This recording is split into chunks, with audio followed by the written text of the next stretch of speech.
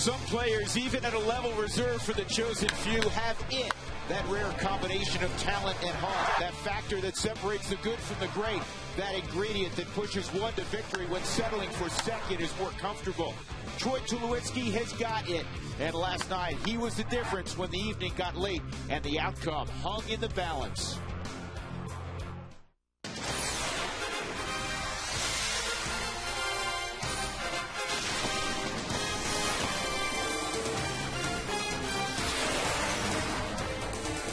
As you would expect in our beautiful state, it is a gorgeous night for baseball. Game 2 of this three-game set between the Rockies and the Milwaukee Brewers. And last night, the Rockies prevailed 5-4 in come-from-behind fashion. The Rockies now 60-55, pursuing the San Francisco Giants right now atop the wild card race. The Padres atop the National League West. Good evening, everybody. With Jeff Houston, I'm Drew Goodman. Last night was big fun, particularly if your name was Troy Tulowitzki. Eighth inning, 3-run home run to provide the Rockies with that one-run margin of victory. They continue their dominance at Coors Field, and Tulowitzki, since his return, has been magnificent. Well, especially coming back from a wrist injury. You're not sure what's going to happen. Is he going to still have that bat strength? Is he going to still be able to hit the ball all over the place? And since he's returned in July, he has been phenomenal, 375 average. But you look at August. I mean, this is the time, and on this last road trip, if there's one guy besides Carlos that you could really count on, it was going to be Troy. And last night he provided some more sparks with the late inning home run in the bottom of the 8th inning. 11 times this year now, Troy Tulowitzki has had a go-ahead RBI to help the Rockies win. And that, to me, is indicative of just the type of player he is, the way he likes to be center stage. He likes to be at the forefront, and he wants to be the money guy. When everything looks bleak, when you need that big base hit, he wants to be the guy in the box. He wants to be the guy in the box. And if it's not him, the guy in front of him likes to be the guy in the box. Pretty good combination. Carlos Gonzalez, Troy Tulowitzki, they'll be hitting 3 and 4 once again tonight. The Rockies made a couple of roster moves earlier this afternoon. We'll tell you about those when we return.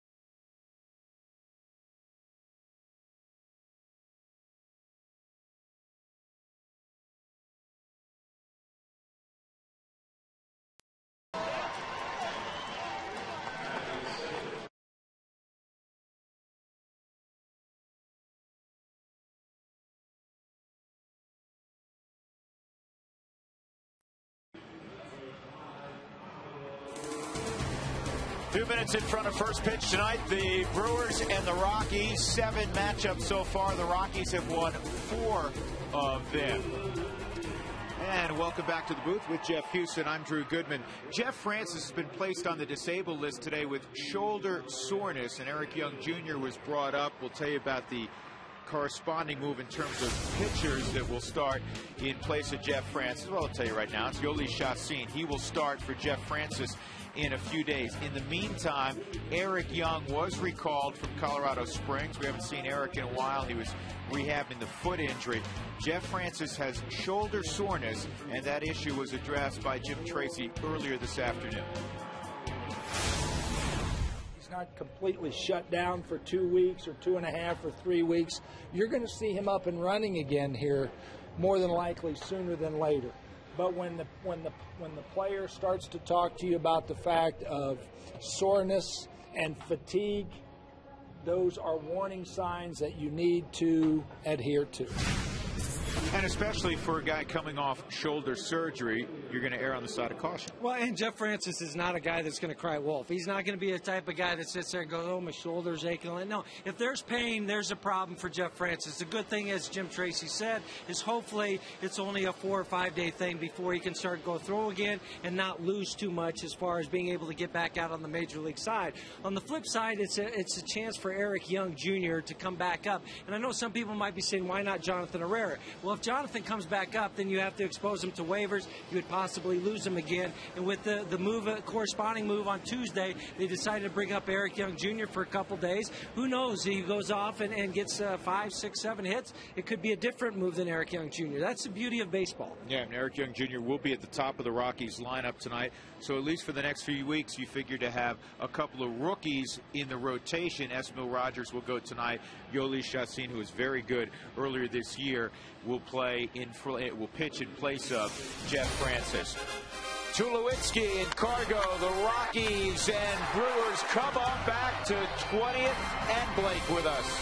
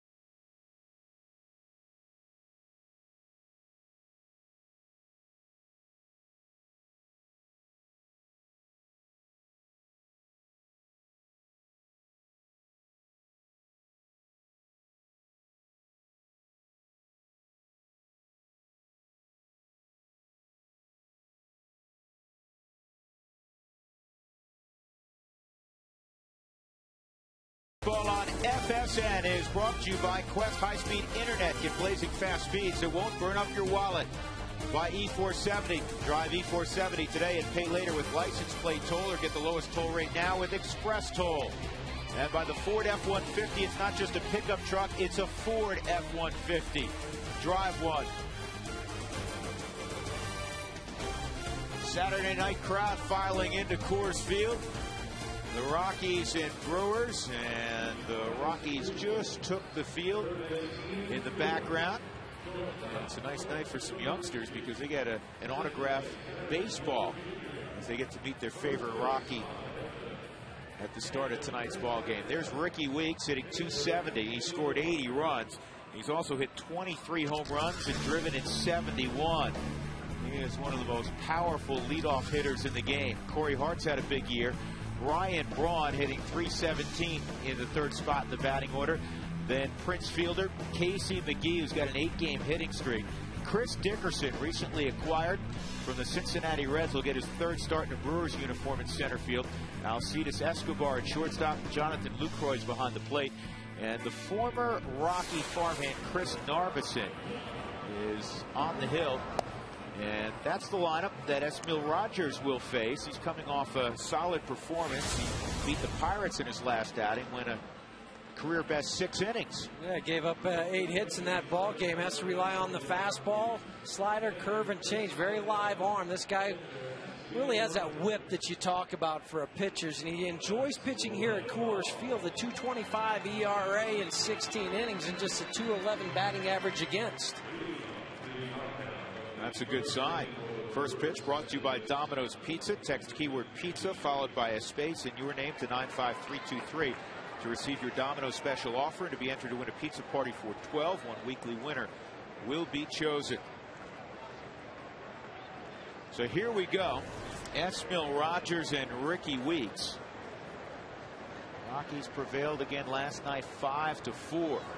And the first pitch of the ball game, a sharp fastball at 95, right on the inside corner. Easy 95.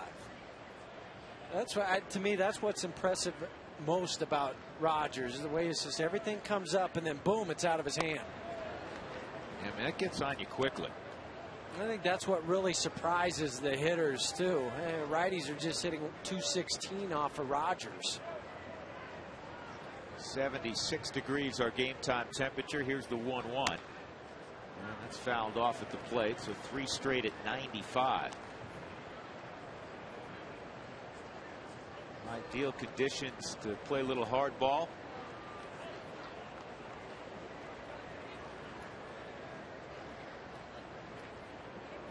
And right now, I would imagine, Huey, it's not too bad for the hitter because the pitcher's in the shadows as well. Yeah, that's when they both get split. Rogers thought he may have had the outside corner there. 2-2. Just because it's sunny out in center field, that doesn't really bother you a whole lot as a hitter. It's the pitcher when he's in the sun and you're in the shadows. That's when it really becomes a factor. Swung on and missed. Breaking ball, strikes out Ricky Weeks. So a nice start for Esmil Rogers, coming off a nice start against the Pittsburgh Pirates. Well, he really did. 114 pitches in that outing, and really the same thing. He had the exploding fastball, very live, was able to take it up into the zone, work the corners, and then throw the hard, heavy curveball, that 12-6. The one he just struck out Ricky Weeks on, same one he had for a few of the hitters against the Pirates. Cruised over the plate at 96 miles an hour to Corey Hart. Hart was 0 for 3 yesterday, had a sac fly to right. Drove in his 76th run of the year. And this is rolled foul. Brad Fisher cleaning things up.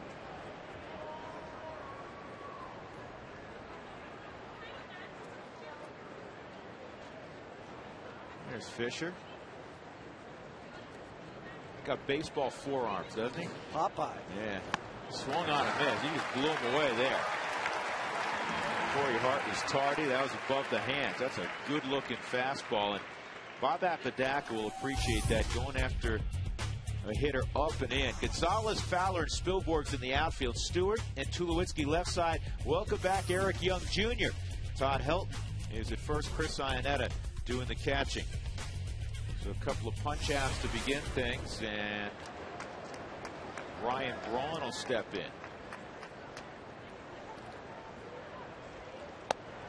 You know, last night Braun hit in the number 4 hole, and Prince Fielder was the 3-hole hitter. I'm asking around today. I said, why is that? Well, just because the left-hander, they decided to flip him last night. They go back this way tonight with the right-hander, and Ken Mock has been doing it for a couple months now. This ball's hit hard to center field. Fowler going back, and it is off the very top of the wall. And Braun into second with a double. Ryan Braun leading the National League in road batting average. He's hitting .340 out on the road. It's going to go up just a little bit too. Cut fastball that cut back in to the inner third of the plate on the forward strike zone, and Ryan Braun hit it right into that little wedge out in right center field. Dexter Fowler played that nice off the wall. Now go after Prince Fielder. And he'll get a ground ball to Eric Young Jr. Nicely done for the birthday boy. Esmil Rogers turned 25 today. We'll see the Rockies on offense when we come back.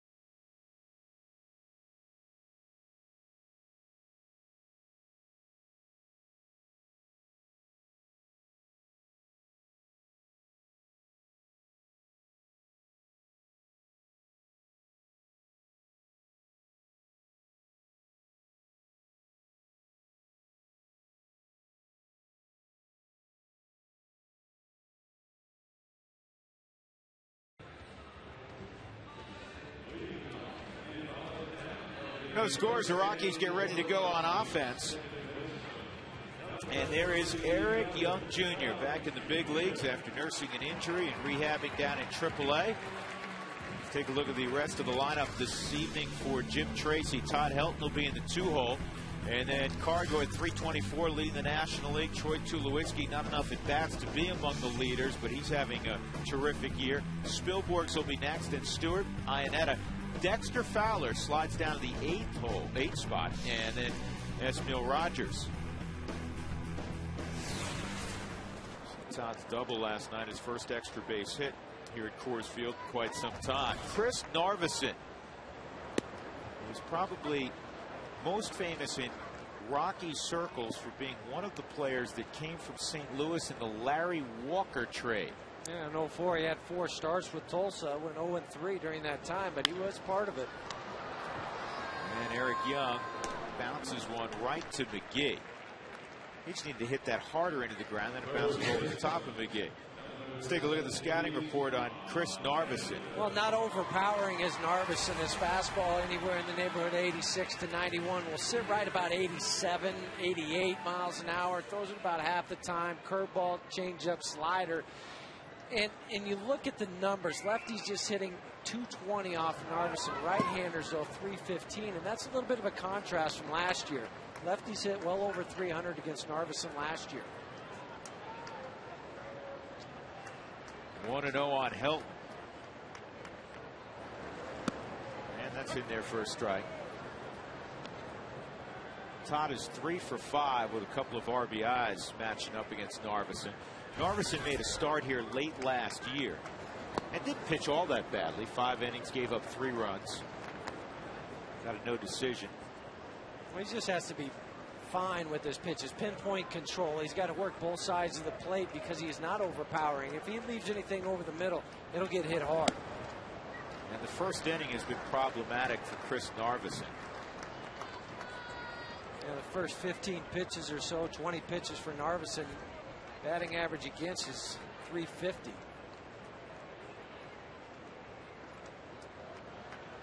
23 earned runs in the first inning as Ken Maka looks on. 3-1 on Helton.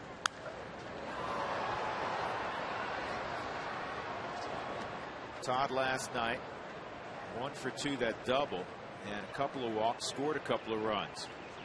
There's that walk in the 8th inning though that set up the whole come from behind victory.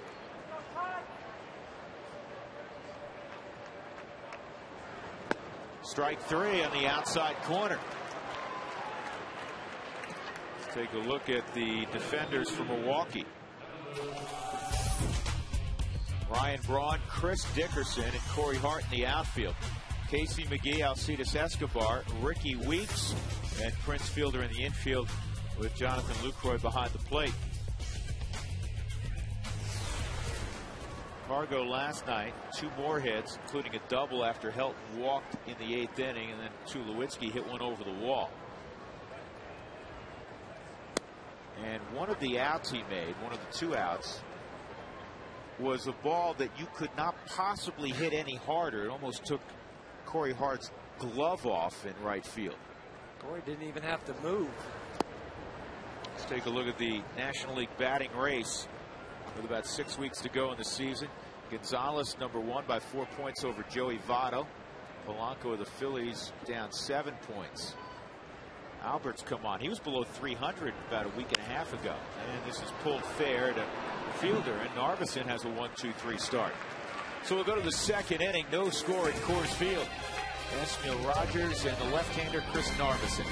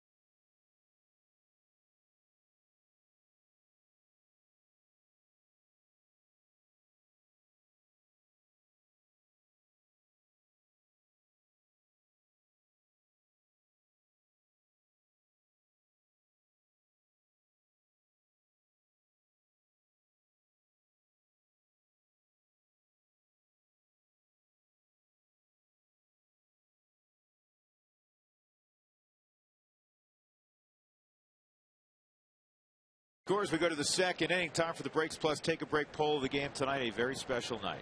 You talk about March Madness. This is mid-August madness. Welcome to the Ballpark Food Finals. Which is your favorite? It comes down to hot dogs and peanuts. Rocks 1 for hot dogs, Rocks 2 for peanuts. The answers should be texted to 95323. Line drive, base hit for McGee. Take a look at the bracket once again. Make sure you go to Breaks Plus, get a $15 oil change this month. Here's how hot dogs and peanuts arrived in the championship. Well, hot dogs had to beat brats early on, then barbecue, and then they beat up on hamburgers in the final 4. For peanuts, I think they had a tougher draw. Peanuts had the tough second round when they had to beat Nachos, yep. And then of course overcoming Cracker Jacks, a mild upset in some circles. Swung on and missed. Iannetta was ready to fire. McGee wasn't going anywhere. Chris Dickerson at the plate. Well, McGee took 2 false steps, so and that got everybody moving and had people yelling out there that he was going. That's why Chris came up and fired, but he had already started to head back towards first, had McGee. You know, I think that Milwaukee did a nice job, Doug Melvin picking up Chris Dickerson for Jim Edmonds, because, you know, Edmonds 40. He's 40 years old, and Chris Dickerson is a good-looking athlete. I remember seeing him last year. Both of us saw him last year with Cincinnati. He's battled a significant injury this year, the hamate bone that had to be operated on. Yeah, and so that average at 200 is really misleading because he hasn't been able to play on a regular basis.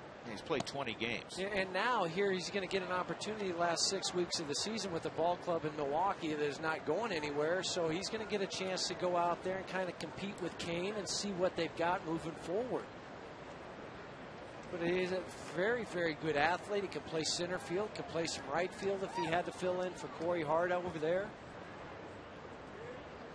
1-1 ground ball toward EY. He slides, pops up, and gets the out at first. That was really his only play. Let's check in with Alana Rizzo for the first time tonight. Alana. All right, guys, thanks very much. We've already mentioned at length the fact that Esmiel Rogers is here tonight because of Aaron Cook being on the DL, and then Yoeli Chacin will get the start on Tuesday in place of Jeff Francis. But I talked to Jim Tracy earlier today about the fact that, you know what, this has kind of been going on all season long. They haven't had their 5 starters that they wanted until about 2 weeks ago before Aaron Cook went on the DL. He said, you know what, this is a piece of the puzzle that we continue to have to do, and he's actually very encouraged by the fact that Esmiel Rogers and Yoeli Chacin have had time in the big leagues before. So it's not the best situation in the world, but it could be a lot worse, you guys, because they have been up here, they have had time up here, and they've also been pitching very well in AAA Colorado Springs. So could be worse, and hopefully these other 2 guys can get healthy and back to the starting rotation when it matters most. A very, very fair point in that you're not bringing up 2 guys that you're hitting your knees saying, boy, I just hope that they can miss a few bats for a couple of starts. I mean, these guys have upper echelon stuff. I mean, you're talking about, especially in the case of Rogers, he throws in the mid-90s, a swing and miss breaking ball. Chacin, this year in a number of starts, the league's hit below 230 against him. Yeah. These guys are well thought of prospects. And it kind of reminds me of what happened back in 07. In 07, Aaron Cook gets hurt. Who do you bring up? You bring up Jimenez. Also, Franklin Morales came and pitched down the stretch during that time, and really did a fine job during that run in 07. And this is kind of the same situation that you have here with Rogers and Chacin. And Yoeli's down in AAA in his last 7 starts, 3-2 at the 151 ERA. So he's doing what he needs to do down there. When he gets this opportunity, when he comes back, he'll be fine. And the 1-2 is bounced foul by Escobar. And the greatest depth right now for the Rockies in their system is with pitchers, especially having 2 that are major league ready in Esmiel Rogers and Yoeli Chacin. And the good point about it is you get an opportunity for them to pitch on this stage moving forward, because you don't know what's going to happen going into 2011 season.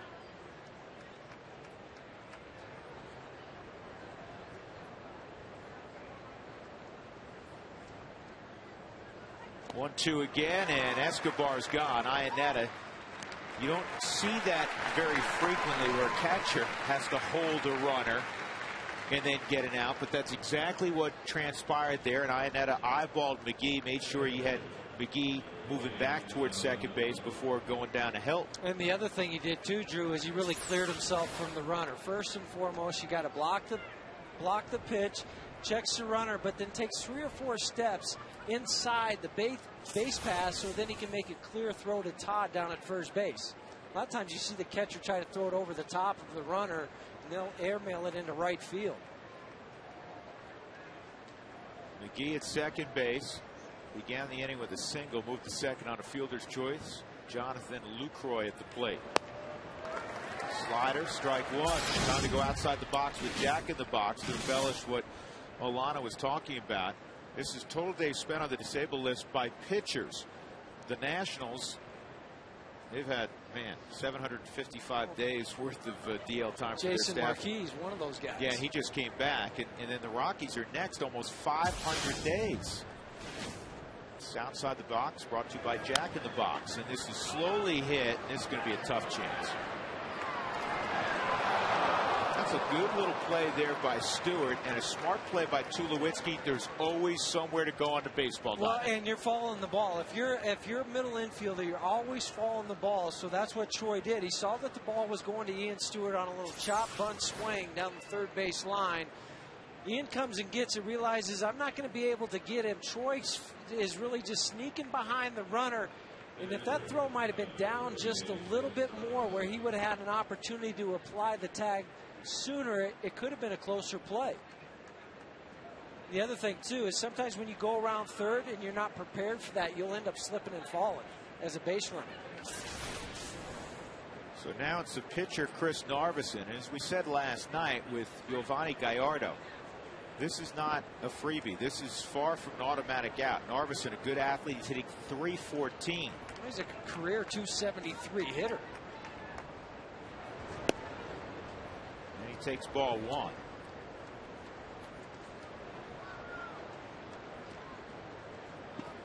Narveson, fourth among pitchers in hitting this year. Dan Herron leads everybody at .352. He was over .400 the first half of the year. Now Rogers has fallen behind 2-0. Chris Leake, the rookie with the Reds on that list. Wade LeBlanc, Gallardo, we Padres, saw hit the double last night. Yeah. Did I call him Chris Leake, former Florida quarterback? Mike Leake. Chris Leake was a really good quarterback. He's a good athlete too. Yeah, I mean he could hit. He'd probably be hitting 350 if he was a pitcher in the big leagues. So I didn't want to leave him out.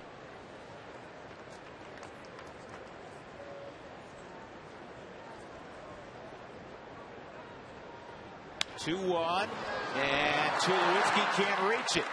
And Narveson drives in the first run of the game.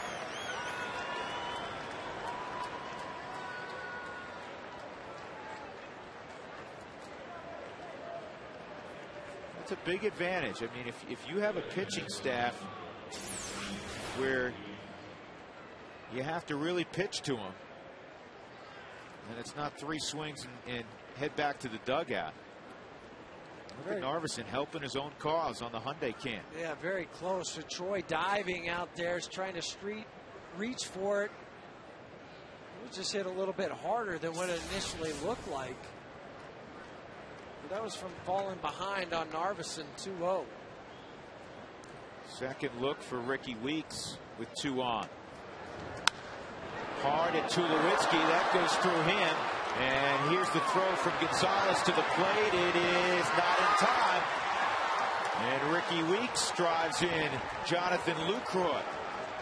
It's 2-0 Milwaukee. That ball was lathered. It was hit very hard. I'm surprised Troy kind of tried to go to the backhand with it. Thought he might try to slide over just a little bit and get it, but this ball was squared up right on the barrel of the bat, up in the forward strike zone. Reach back just a little bit for it.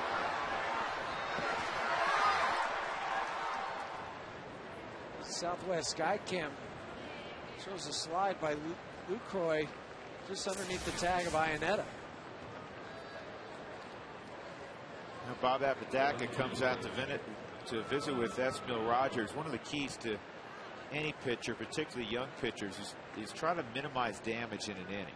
And you had the bad break, you made a good pitch on Lucroy, and you get a swinging bunt. And so now you have Narveson, and he maybe loses concentration for a moment. It's 2-0. Then he gives up the hit. Well, get yourself out of it, one run. And he left the pitch up in the zone to Weeks, who hammered it. Now you got Corey Hart at the plate. And now you're starting to get to that meat part of the order, too, with Corey Hart. He has 76 RBIs. And that's another base hit. Here's Narveson, and the throw is not in time. 3-0. That's 4 straight singles for Milwaukee. And now you're digging yourself a hole. And all with 2 outs, too. That's the frustrating part about all of it. A hanging breaking pitch from Rogers.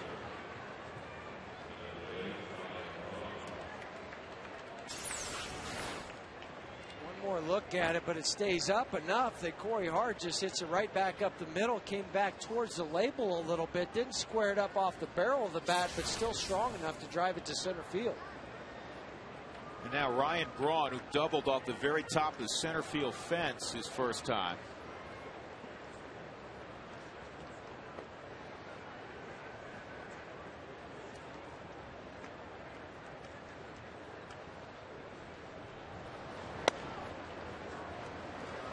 Jerry Meals, the home plate umpire, flinched, did not indicate that it was a strike. Here's Jerry. Mark Wegner's at first, Dan Iasanya's at second base, Dale Scott's at third.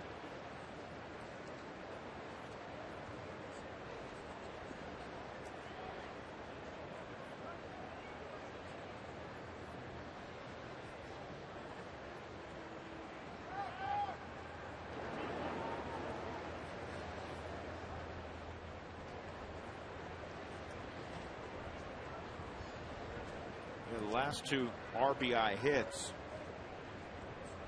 brought in a catcher, Lucroy, who actually runs pretty decently, and then the pitcher Narveson. Well, now you have some real speed on the bases in Weeks and Hart.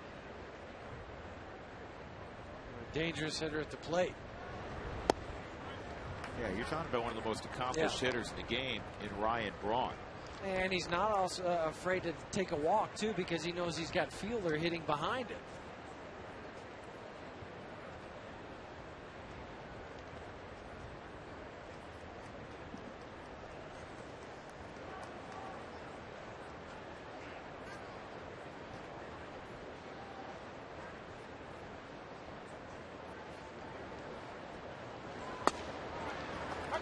It's a final in extra innings. The Giants beat the Padres 3-2. The Giants scored a run in the bottom of the 8th inning to tie it up. Padres had won yesterday. So now the Giants 2.5 back. The Rockies 8 back of the Padres, 5.5 behind the Giants. Good pitch. But in the inning, 3 runs come around for Milwaukee on 5 singles.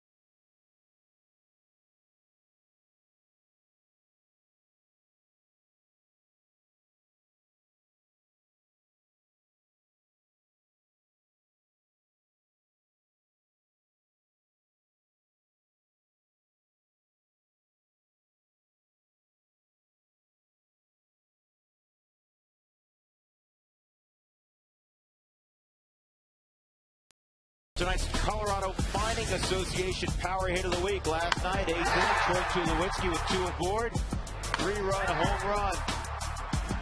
And it was just off of Ryan Braun's glove. The Rockies end up winning the ball game 5-4. Did you know the last private owner of the Hope Diamond was Evelyn Walsh McLean, daughter of the famous Colorado mining tycoon Thomas Walsh? And the diamond may now be visited at the Smithsonian. our nation's capital. Here's Tulowitzki. And that pitch off the corner, ball 1. So the Rockies trail it 3-0.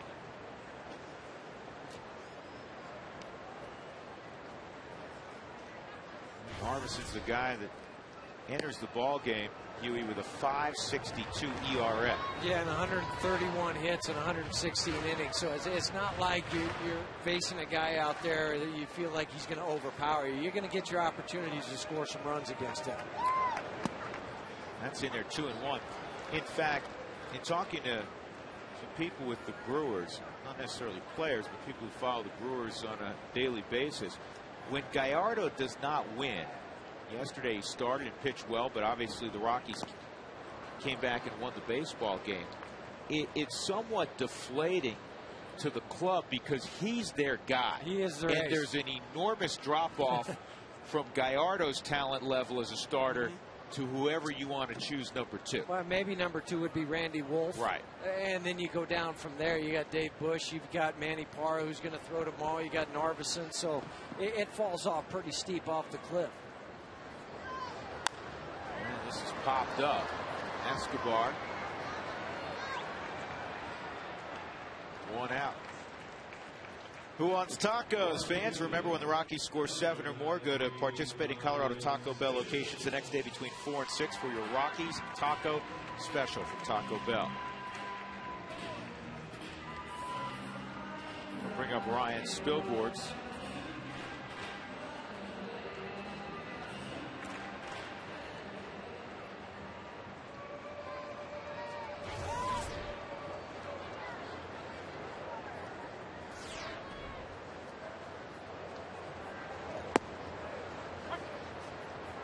Strike 1 on Ryan. Big pinch hit RBI last night. Hit the double to drive in Ian Stewart in the ball game.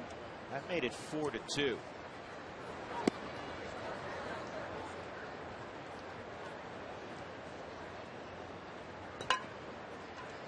know, Spilborghs splits home and road. He's one of those few guys that doesn't have a big disparity. He's hitting 269 out on the road. And he's hitting 271 at Coors Field.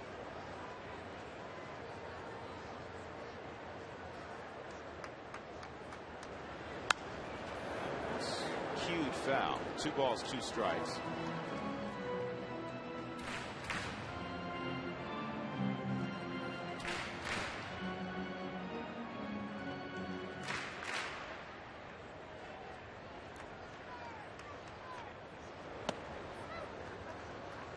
Three and 2.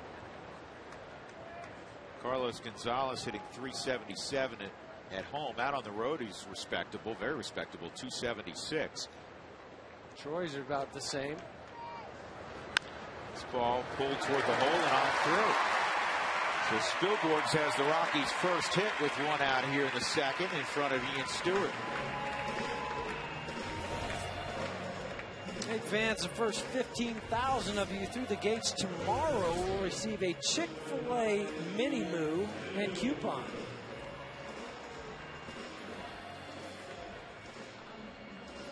And the guy at the plates splits are similar. Stewart 272 at home, 259 out on the road. You mentioned Tulowitzki. It's 314 at home, 327 on the road.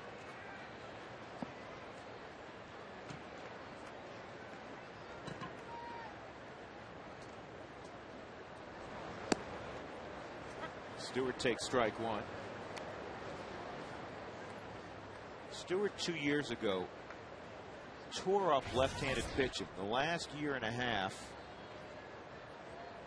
he's barely hit over 200 against lefties. Jim's given him an opportunity tonight with 2 hits in last night's ball game, but always hit the Brewers well. Another left-hander going tomorrow. Melvin Moore more than likely will get the nod in tomorrow's game.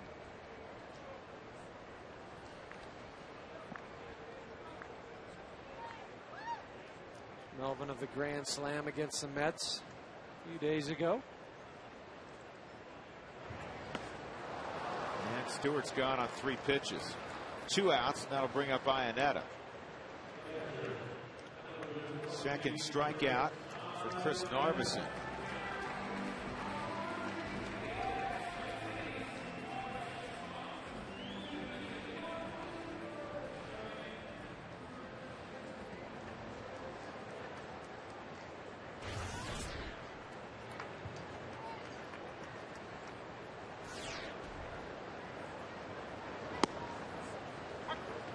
Chris doesn't pull the trigger. It's in there for a strike.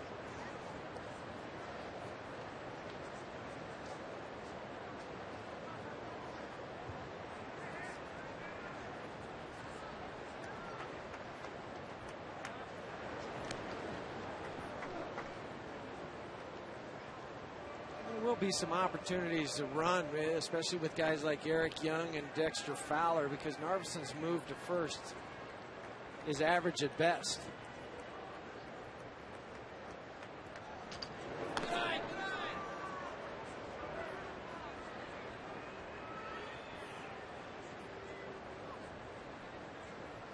Nine out of his 7 home runs.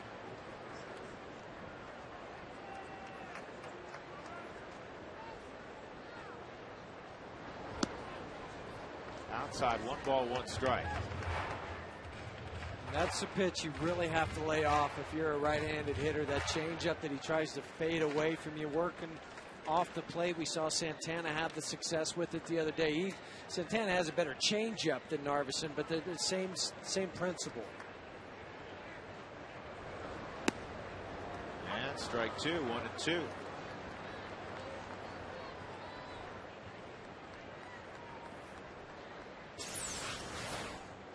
Wanted it down and in. Caught the upper outside part of the plate on the forward strike zone. Missed its location, but still effective.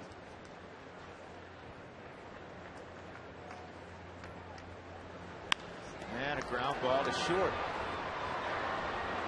That's all for the Rockies in the second. We go to the third with Colorado trailing Milwaukee 3-0.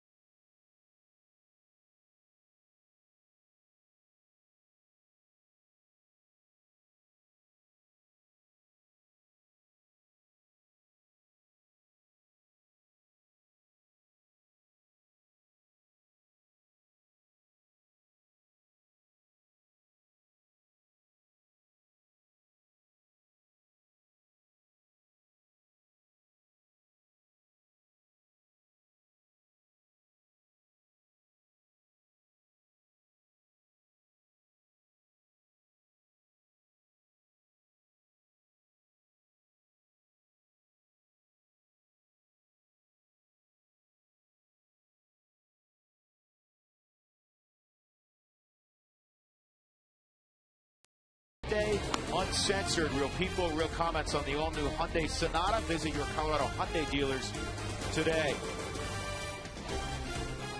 We go to the third inning. Prince Fielder at the plate. He took strike 1 a moment ago. He grounded to second in his first at bat against Esmil Rogers. He's going to ground to second in his second at bat against Esmil Rogers. 1 gone. That'll bring up Casey McGee. With Jeff Houston, I'm Drew Goodman. Welcome into the booth. We do this every late summer with our friend Joe Scott from the University of Denver, the men's basketball coach there. It's 4 years now for Mr. Scott at the DU campus. How you been? I'm doing good. Time flies, doesn't it? I know you're out here. I marked the calendar. This is how we mark the calendar. I know, because we talk every year. You're a big baseball fan, so this is not like your first entree to Rockies baseball when we visit. Here's McGee at the plate. He takes ball 1. So you just started practice? Yep, hard to believe. Practice in basketball in August. We're getting ready to take a 13-day tour over to Spain and play 6 games against Spanish professional teams. That is what a terrific educational experience and a terrific basketball experience. Well, I mean, I think it's education, basketball-wise, education, life-wise, culture. We have an older team, very experienced team, so it's the right time to take a trip like this. What cities will you be visiting in Spain? Start in Madrid, play a game there, start making our way over to Barcelona, play a game on the way, spend a day or 2 in Barcelona, head up to San Sebastian, which is right on the ocean, Spain and France, and then make our way back down to Madrid. Well, when you're in Barcelona, make your way down to a little town called Sitges. About a half-hour train ride, right on the water. Yeah. It's beautiful.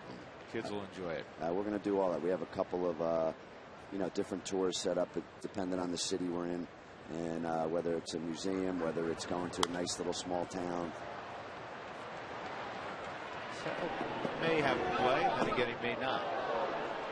So that's what makes it nice, seeing different parts of the country. And then from the basketball standpoint, competitively, Spain and Italy are the best in Europe, professionally, basketball-wise, and we're playing 2 teams that Pau Gasol, he was in that league. So the highest level, we're playing those teams, and you can't ask for better experience that way, playing against that kind of caliber of competition. Now, McGee thought he was going to first. Instead, he's going to make a left-hand turn and go back to the dugout. Good-looking slider there to strike out Casey McGee. Yeah, and the one place that Jerry Meals has really called the pitch a strike, it's been off the outside corners. This ball was just right on the corner of that to Casey McGee. Casey McGee on the Southwest Skycam thought it was off the plate, but it caught the corner. Jerry Meals said it did. Have a seat. Chris Dickerson will step up. You have 7 of 8 starters back. And the one guy you don't have back is a pretty good player, Nate Ronner, who I believe, last I heard, he is going to play overseas. Yep, he's very, very close to signing a contract. That I knew of, very close with the team in Poland at a good level league. Good for him. That we're a good starting point, because it's all about being able to build your resume over there, and I think hopefully that's going to work out for him, and he should hear something definitively in the next couple of days. And good for him too, because he's a local boy. Chaparral High School down in Ponderosa. I watched Nate play in high school. That's why I know about him. But it's pretty neat too, because you're going to play Colorado State, Northern Colorado, and Utah State. Well, we have a very good schedule, and we have the regional rivals.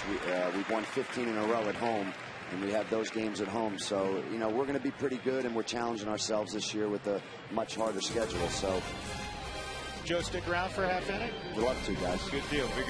Bring good offense to the Rockies.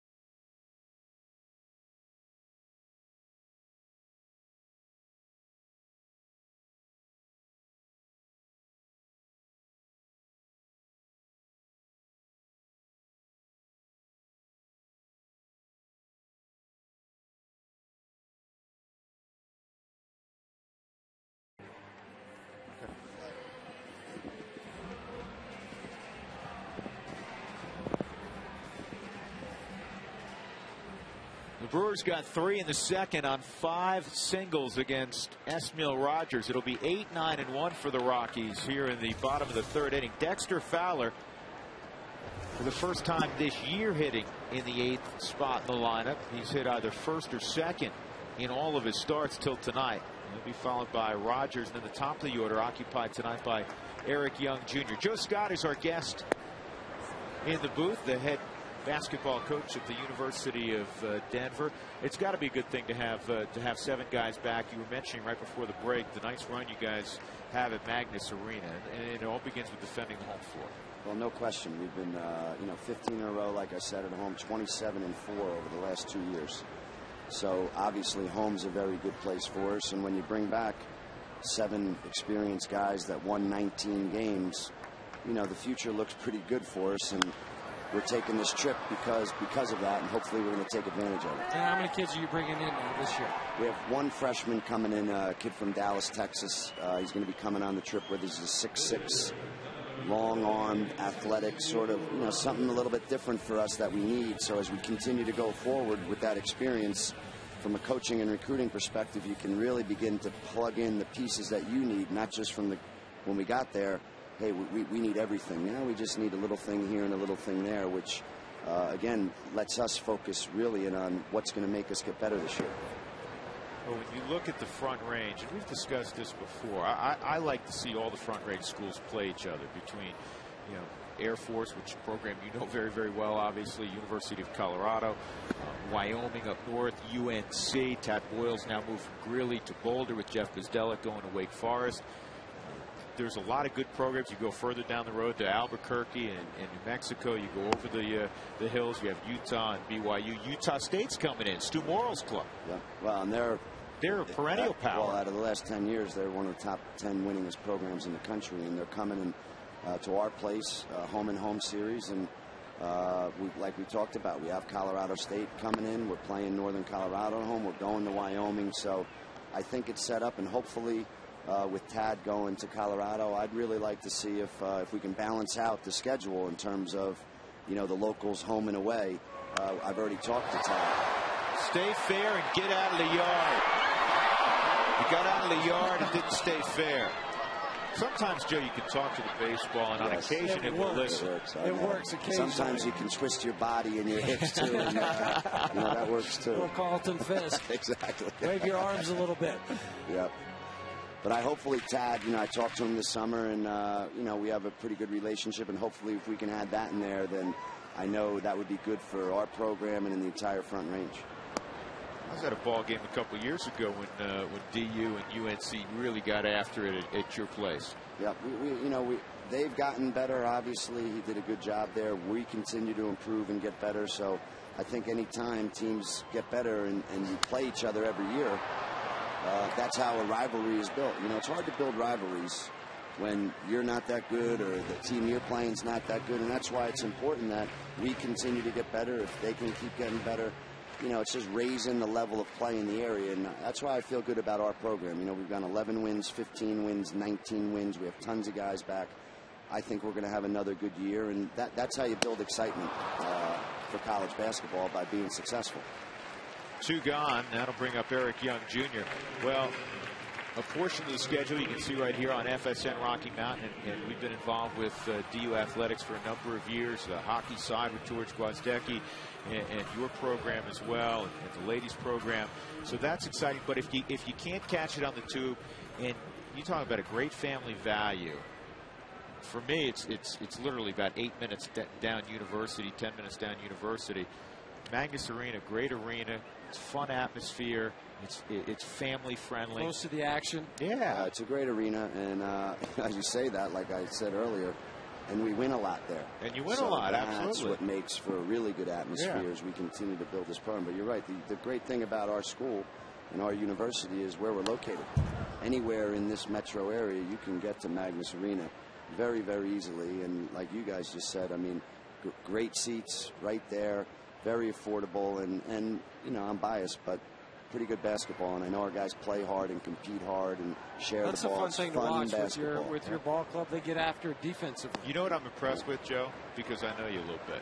And it's, what is it, day 4 of practice now, you said? Yep, tomorrow's day 4. And the voice, you still have the normal you still have the normal raspiness, but it's not completely gone yet. It's still early? No, it's still early, but it shows you again, you got a lot of guys back. You know, when you have a guy like Chase Hallam and Brian Stafford coming back in your backcourt, when you got a guy like, you know, Andrew Hooper and Rob Lewis back, when you have that many guys back and you're adding in a Trevor Noonan, who's going to be really good for us at 6'9", all of a sudden you still have your voice after 3 days. 3-2 on EY Jr. And he gets underneath this one, and Chris Dickerson will have an easy play. Joe, we appreciate it. We'll let you enjoy the rest of the ball game. Have a wonderful time. Best of luck over in Spain, and we'll come and see you at Magnus Arena. Right. I'd love to catch up with you after the trip again. You know, sometime in September. That'd be great. Sitges, just outside Barcelona. Thank you. I'll take the advice.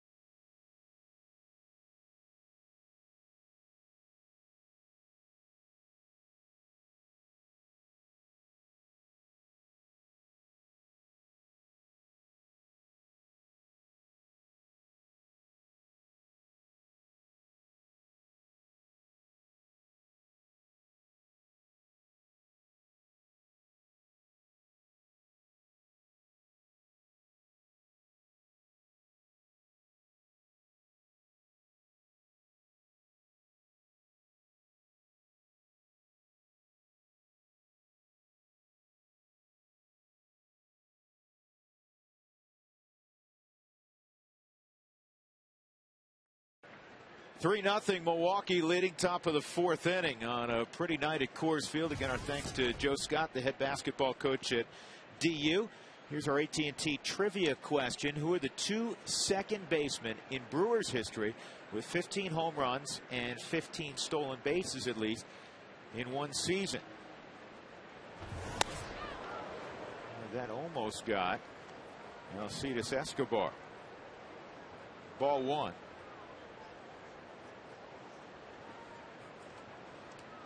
7, 8, 9 in the lineup for Milwaukee. Escobar struck out his first time, and now he's got himself a base hit. Fowler will cut it off, and that is the 7th hit for Milwaukee. And now with Escobar at first base too, you have to be alive for a possible steal. 8 stolen bases on the year for Escobar. Has been caught 4 times. They'll try to get the timing on the leg kick with Rogers.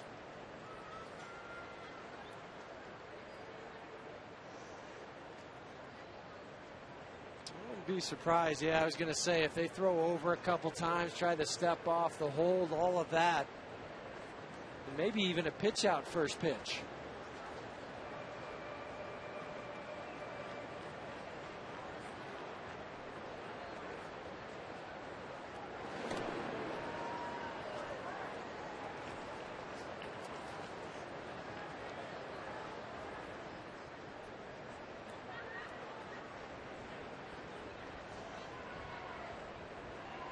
Lucroy has 28 strikeouts and 162 at bats. So to me, it tells me, he handles the bat decently. Yeah, and you can hit and run with him too with Narveson, especially behind him in the lineup. It's not like you've got a pitcher that's not going to hit, or you got to worry about doing something else there. So you can play, you can manage differently when you've got a hitting pitcher who can handle the bat, and now you can do the hit and runs. You can do the steals or sacrifices if you want with your 8-hole hitter.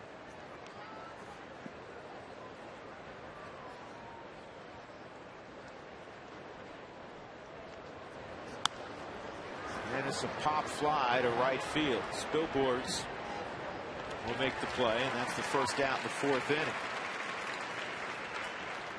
Time for our Geico quote of the day.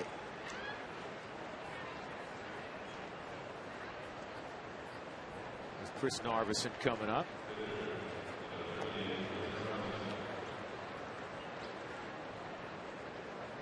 There's Uke. You know, while Uke's in town, we might as well roll out all of the great Bob Uecker quotes. Actually, the series isn't long enough. Career highlights, I had two. I got an intentional walk from Sandy Koufax, and I got out of a rundown once against the Mets. You could play him in 162 games and still come with enough quotes. Yeah, you have enough left for the next season. Narveson right now is the difference in this game, not only with how well he's pitched through the first 3 frames, but also the fact that he got a 2-out RBI base hit in the second inning. If Rogers is able to get Narveson, we're probably still looking at 0-0. He was able to get a ball past diving Troy Tulowitzki up the middle, and that just kept the things rolling.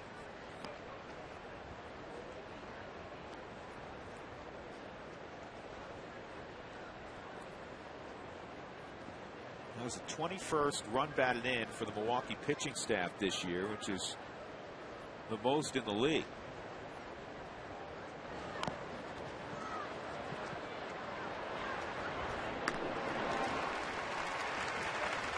Good communication between Chris Iannetta and Rogers. Chris had called for it. It's an easier play for him to come out behind home plate, pick up the baseball, and make the throw.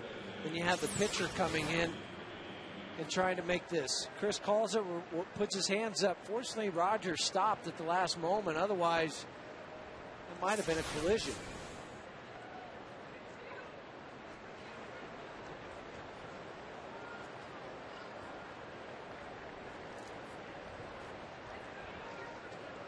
Ricky Weeks is 1 for 2. He had an RBI hit in that second inning.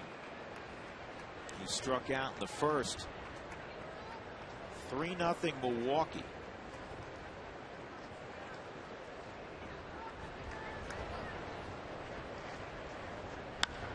And in the air to center field. Fowler will grab it. And the Brewers are done in the fourth inning. 3-0 Helton will lead off for the Rockies in the bottom of the fourth.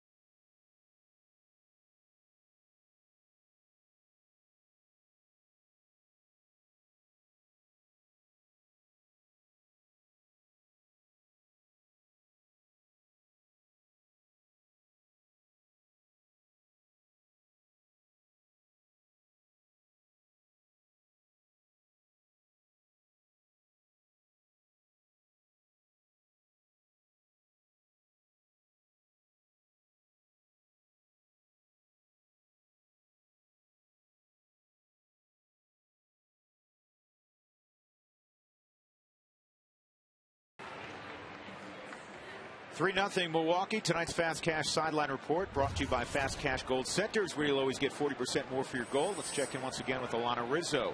All right, guys, thanks very much. Clint Barmas getting the night off tonight per Jim Tracy. He has played in 102 games. Now, that is tied for most on the club with third baseman Ian Stewart. Eric Young coming up today. He's getting the start at second base tonight, as you've seen, get some speed in that leadoff spot. But Jim Tracy is doing the same thing with Clint Barmas, or trying to do the same thing with Clint Barmas that he did with Brad Hop, or tried to avoid doing with Brad Hop last year, kind of running him into the ground. I mentioned he's tied with Ian Stewart with the most games played this year. He's trying to give him a night off. Eric Young Jr. coming up. He has the opportunity to do that tonight, guys. All right, Alana, thank you. There's Barmas. I guarantee if there's a lead late in the ball game, that he'll find his glove and be out there. This ball's hit pretty well left center field. Going back is Braun. Still going back, and this thing is gone. Opposite field, home run. Todd Helton is first in Coors Field this year. Number 4 for Helton. And the Rockies are on the board. It's 3-1. Ball just kept going and going.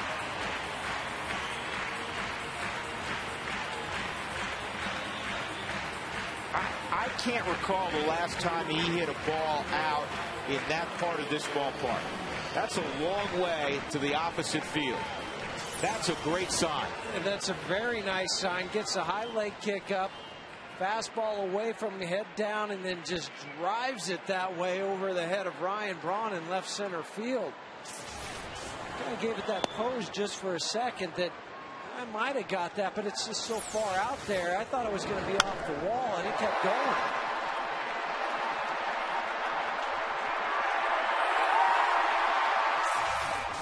Boy, that was a pretty sight. 2-0 right now on Gonzalez.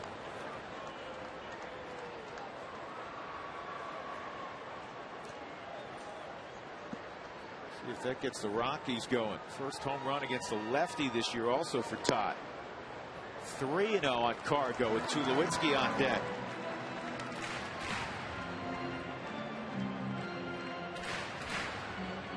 Just the second home run that Narvison's given up this year to a left-handed batter.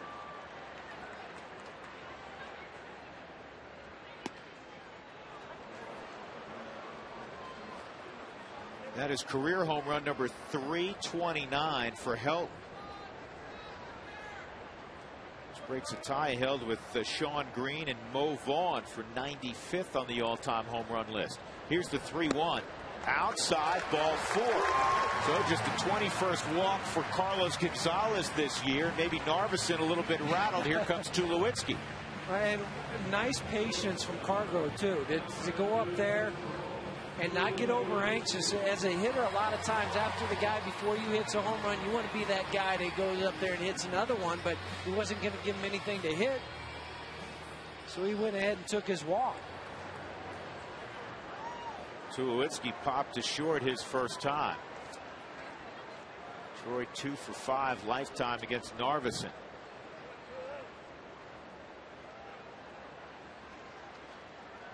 Gonzalez with 18 steals at first. And a changeup. Swung on a miss by Tulowitzki.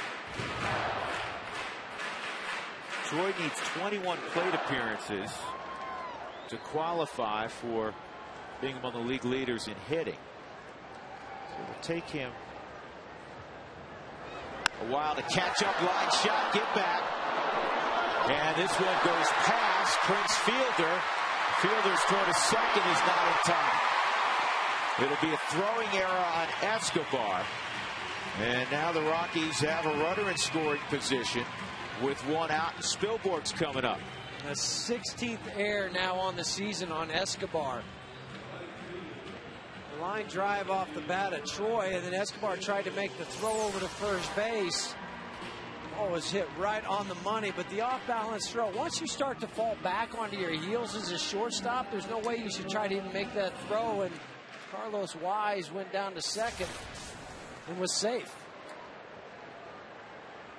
That was just a young rookie mistake. Young mistake. Can't throw off your back foot going away from first. pulled foul. And he's also got a youthful amount of errors. 16, he's on pace to be in the 20s, which at the major league level's too many. But he is a puppy. He's still learning, and he'll learn from that play. They realize that I shouldn't even make that throw. That's an error that I got that shouldn't have happened. The Spilborghs, who drove in a run last night in a pinch hitting appearance and had a base hit in the second, has an opportunity to drive in Carlos Gonzalez. 3-1 Milwaukee. Spilborgh's hitting .308 here in the second half.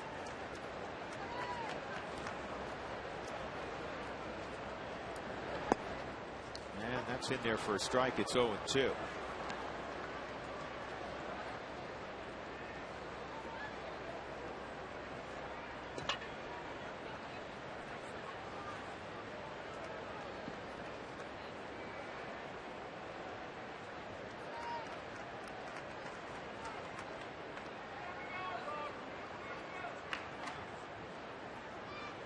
And pulled to left, base hit.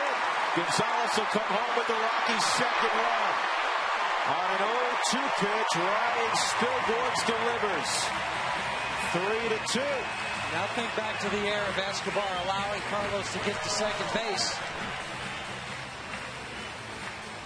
That allowed him to score easily on the base hit by Ryan Spilborghs. Wanted to go in on the forward strike zone, but it was down though, and Ryan stayed on the ball long enough to hit it to left field. And that's a byproduct for me, Jeff, of a guy in Narvesen who doesn't really have a swing and miss pitch. So you're behind 0-2, but it's not like you're behind 0-2 to a Gallardo, 0-2 to a Ubaldo Jimenez, who will obviously go tomorrow for the Rockies. Nothing that's going to overpower you, where you sit there and go, oh man, I am in the ditch here, 0-2. What is he going to throw me, and is he going to make me look silly? 1-0 on Stewart. He struck out on 3 pitches his first time. And Spilborghs will draw a throw.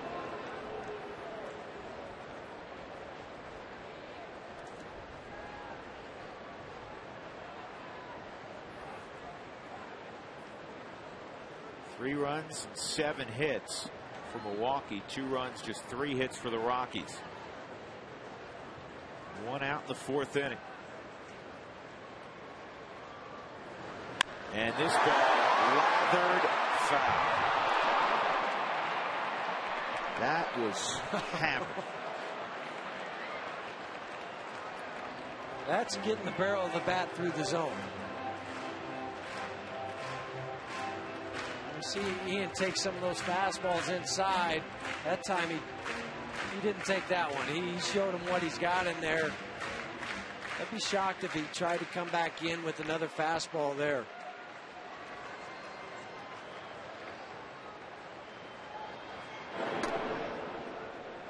Narvesen's going to gather his wits a little bit. I'm going to throw over to first for a second here. I don't want to throw to home just right yet. I'm going to wait a minute.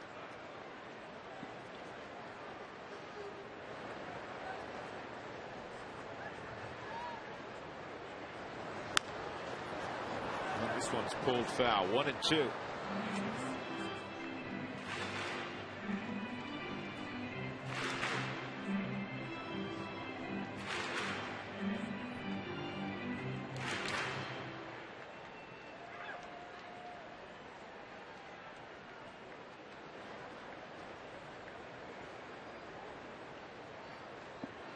Barmes sitting this one out initially.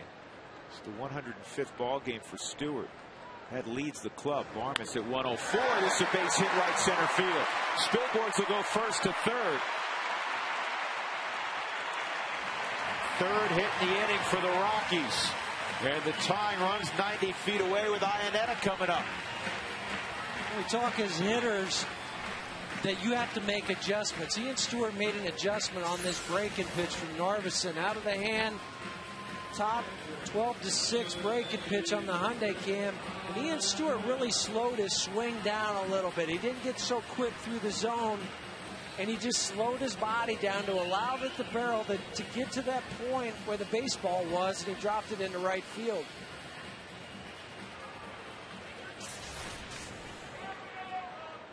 Tremendous piece of hitting from Ian, just to not overswing.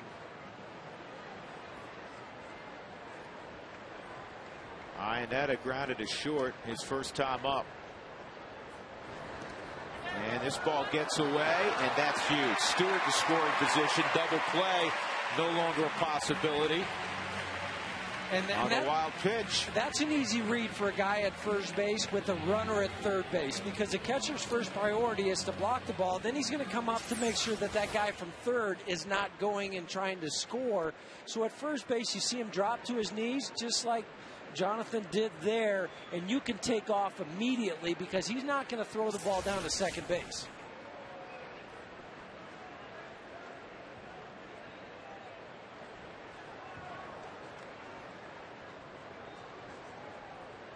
One and 0 on Iannetta.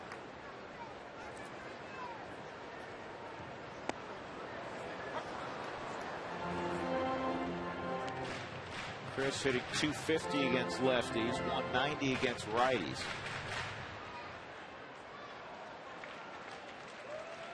Tonight his 30th start behind the plate.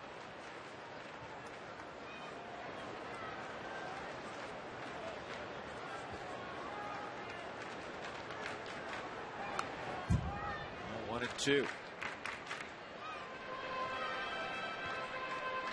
This is a situation for Chris now. He just has to make sure that he puts the ball in play somewhere up into the middle, because the infielders are back at short and second. You want to come away with the strikeout in this situation, because then they could possibly walk the number 8 hole hitter and Dexter Fowler to get to the pitcher.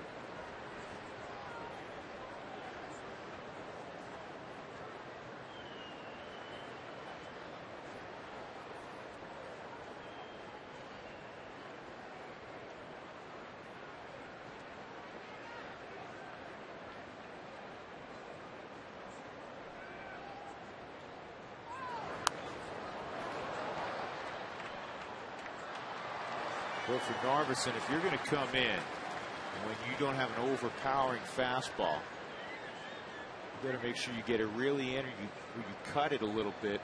Otherwise, you're flirting with that left field wall. Yeah, because it's an easy pitch to pull your hands inside to get the barrel to the ball.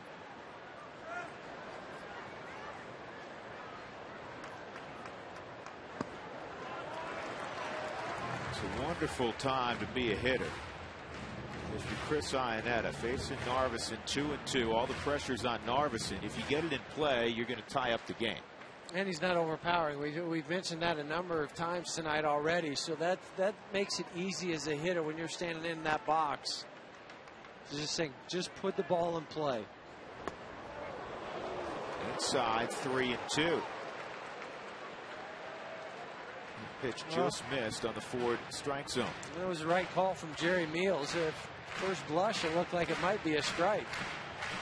Those are ones you kind of hold your breath as a hitter because you're not quite sure what the umpire is going to call.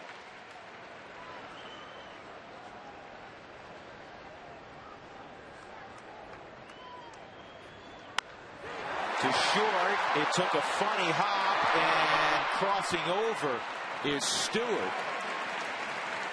And he is out, but the tying run scores.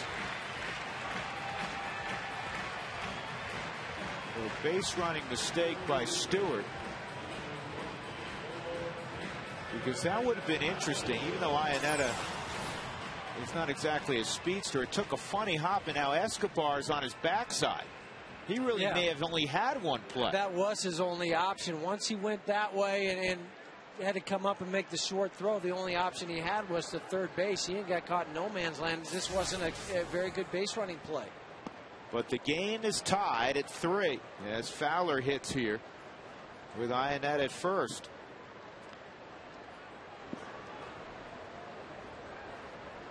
th RBI for Iannetta.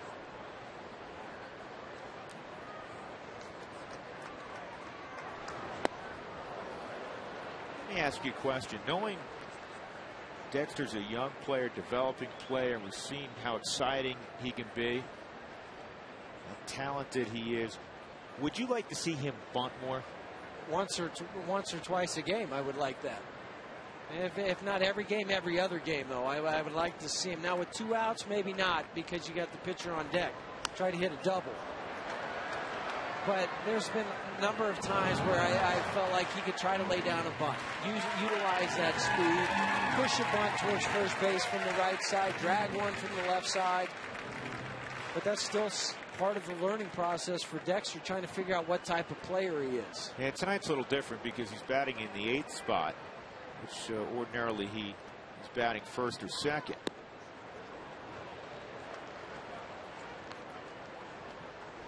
I just look back on that road trip, too. I mean, Troy Tulowitzki with 2 outs laid down a bunt to third base one time. Carlos Gonzalez did the same thing. And I can't remember too many times Dexter even attempting a bunt. This ball lined and gloved by McGee. There was your double. Except somebody forgot to send a memo to Casey McGee. Very good inning for the Rockies. They have tied the score. Todd Helton got it going with an opposite field home run, his first this year at 20th and Gray. 3 apiece.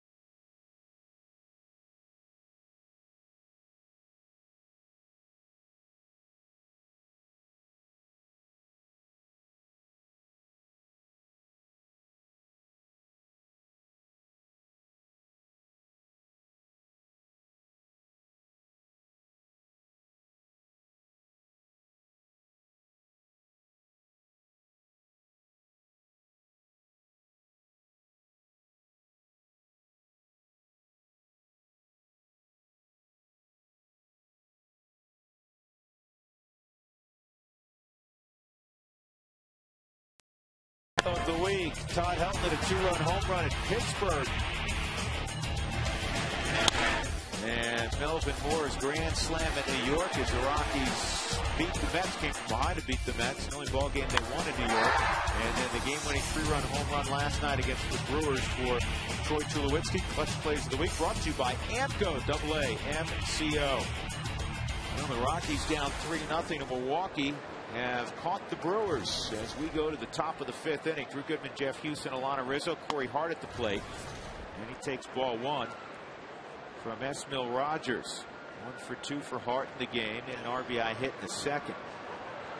77 ribbies for Corey Hart. And this ball is lined to center field. And Fowler cuts it off. Hart is going to be held to a single. That's a nice play in center field by Fowler, because you have to believe off the bat Corey Hart's thinking that's a double. He's just able to cut it off into the gap and hold him to the single. Let's take a look at our Excel Energy fun fact tonight.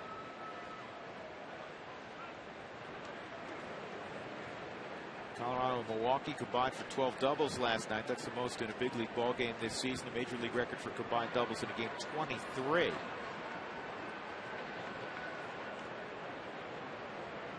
Rockies team record is 13. Find more cooling information at responsiblebynature.com.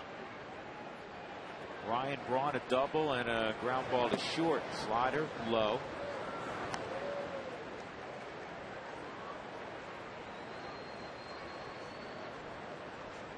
Huey.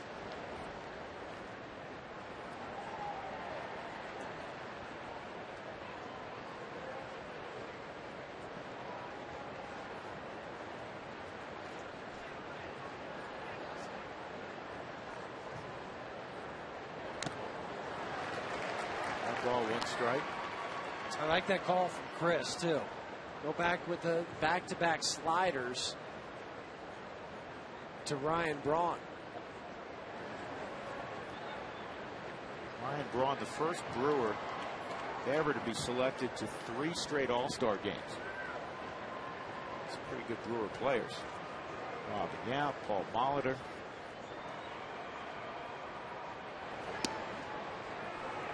It was close at 94, just missed.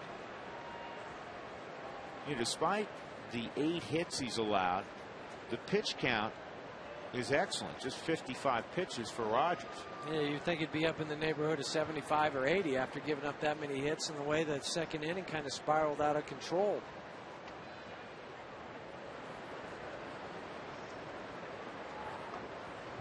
Hart deserves attention. Hart can run.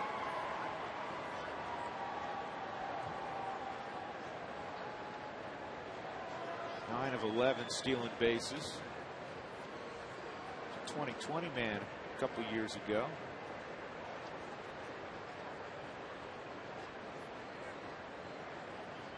He's going. And he didn't go, and it should be 2. There's 1. There's 2. Well, he didn't go because Rogers held the ball for so long before he delivered it home, because he was leaning. And when he didn't go, it was an easy double play. Taylor made to Eric Young Jr. to Troy to Todd.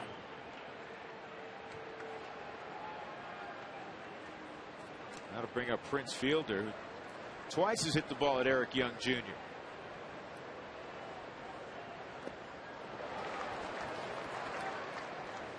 For all your plumbing, heating, and cooling needs, call Braconier at 303-777-3037. Think green, think Braconier.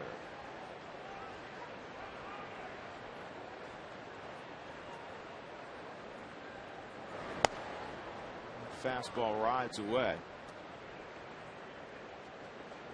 Rogers pretty much has been sitting on 95 all night. He's touched 96.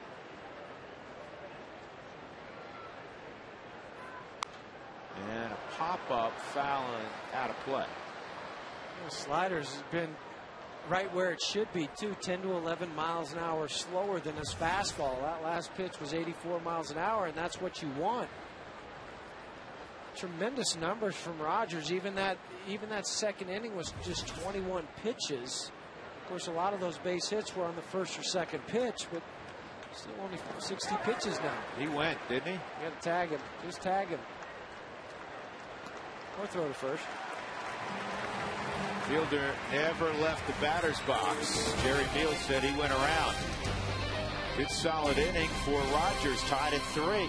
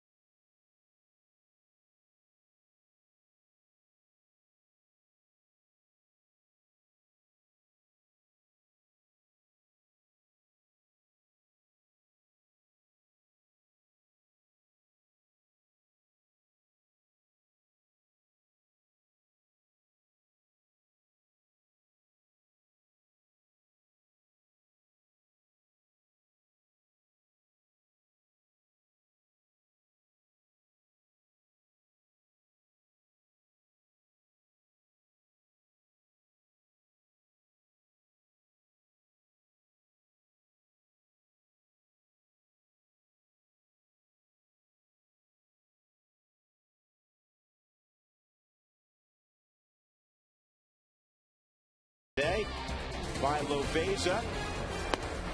And by Big Brothers Big Sisters, donate your car, you'll get a free tow and tax break, and you'll help change a kid's life. Pretty night in the Mile High City. Rockies 3, Brewers 3, and 2 quick strikes on Esmil Rogers. He struck out in the 3rd inning, but not before flirting with a home run down the left field line. It just went to the wrong side of the foul pole. Been a birthday blast for Rogers. Turned 25 today. I like the way he just goes up there and he's going to take his cuts. No batting gloves.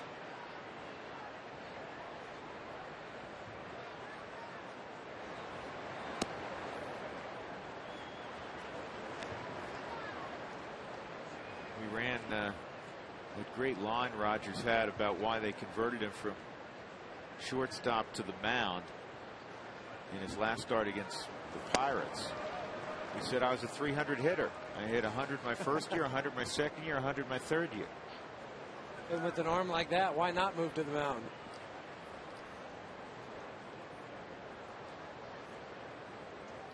Two-two.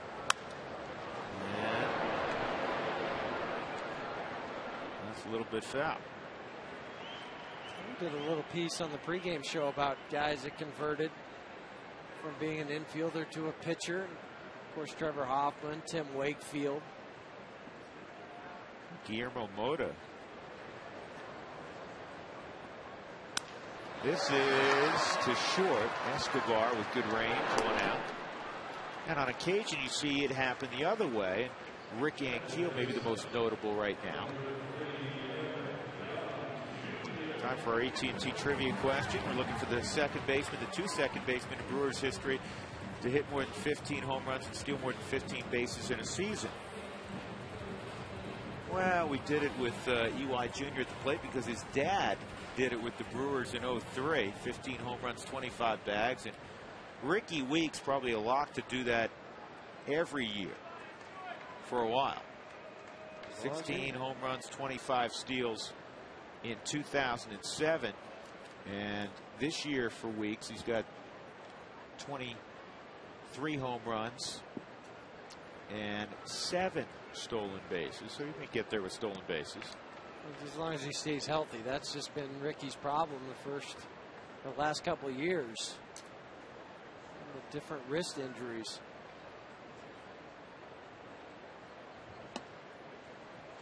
Two 2-0 on Eric Young Jr. Ground ball to 3rd and a fly ball to center field. First action with the Rockies since May the 12th.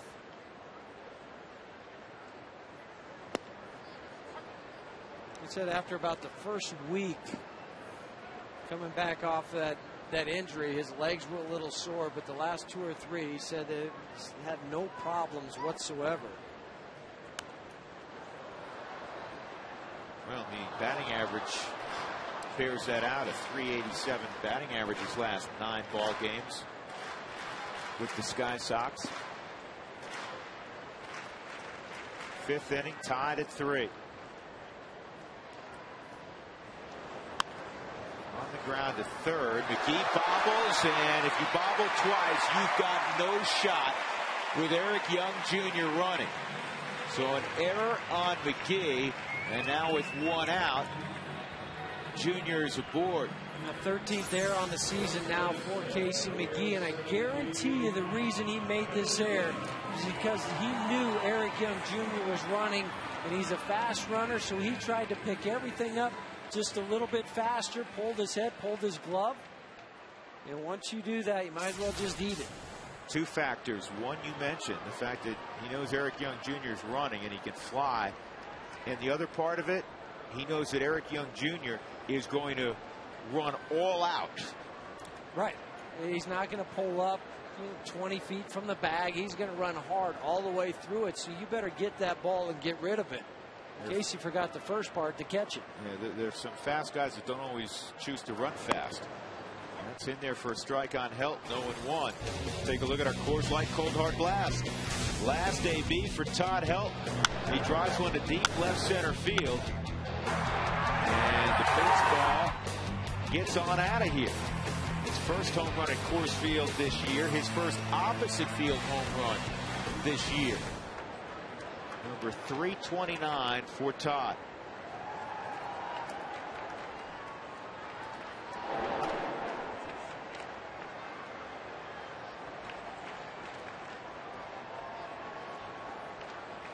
Elton and Eric Young Jr. staring down the signals of Richie Dower at third. Well, Eric has the green light. The only thing they'll do is they'll put a stoplight on him saying, yeah, well, I don't want you to run in this count. He got a huge jump. There's second, goes into center field. So speed has caused 2 errors in this inning, and now the Rockies have the go-ahead run at third base. A throwing error on LaCroix. Somehow that ball eluded Escobar, who covered the bag, and Weeks, who was backing up. Just threw airmailed it out into center field. 4th error on the season for LaCroix. And another one that was caused by Eric Young's speed. 5th stolen base for Ewott.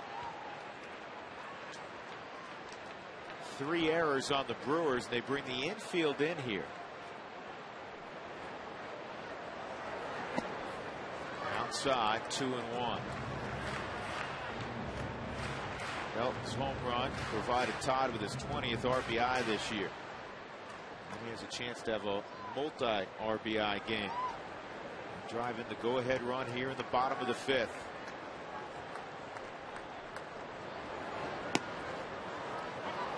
Two and two.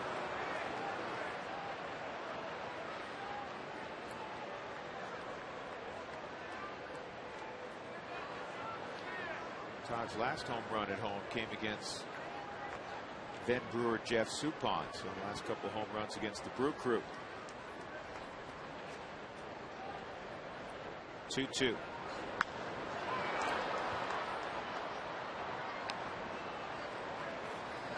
Todd angry with himself, saying, make sure I take my hands down through the ball. He worked underneath that one.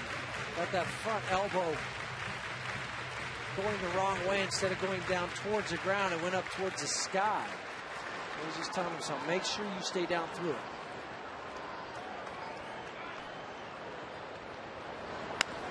This will get the job done.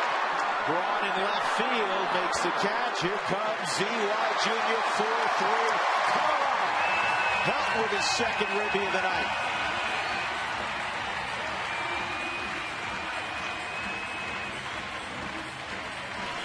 He made the adjustment on that swing, Todd did. Man, it's really nice when you got a guy with like Eric Young Jr. speed at third base, a Dexter Fowler, anybody like that, because you're just that much more relaxed, because all you know, I got to get the ball in the air, and no matter how deep or how shallow it is, a good chance those guys are going to score. Well, that ball kept going out there far enough to allow Eric Young to score easily. Here's Carlos Gonzalez. 0 for 1 and a walk. Swinging strike. You say it in every sport, man. You always want speed. You can't teach speed. Speed never has a bad day. All of those lines we've heard so many times. It was on display with Eric Young. But it's just true. I mean, that's the thing, because first of all, you had the ground ball by Eric to Casey McGee. He bobbled it, and then Jonathan LaCroix behind the plate. He has to rush his throw down there. Next thing you know, the guy's at third base.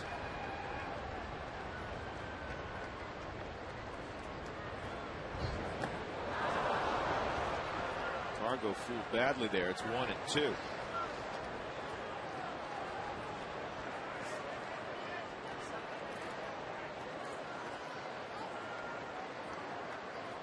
Troy Tulowitzki's on deck.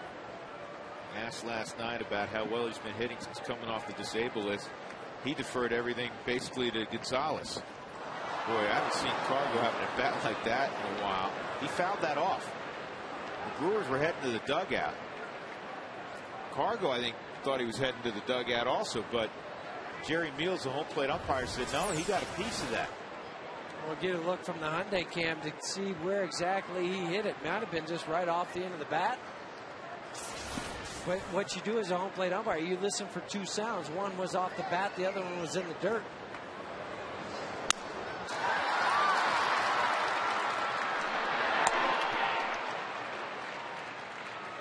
In the inning, the Rockies get the go-ahead run. Eric Young Jr. reaches on an error, steals a base, Helton eventually delivers him.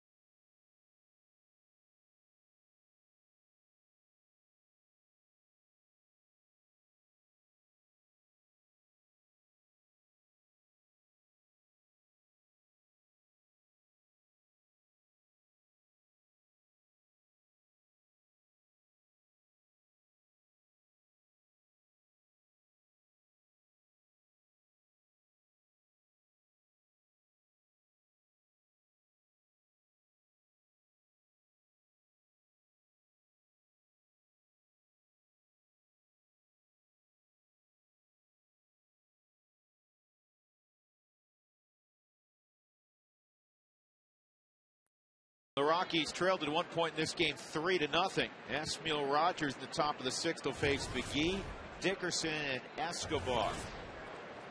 McGee is 1 for 2, and he's going to be 1 for 3 as soon as Stewart throws it to Helton. This date in history is brought to you by Dex One Marketing Solutions Business Results. We go back to 1987. Mark McGwire of the A's hits his 39th home run, breaking the major league record for home runs by a rookie, surpassing Wally Berger and Frank Robinson. The first baseman finishes the season with 49 home runs to lead the American League.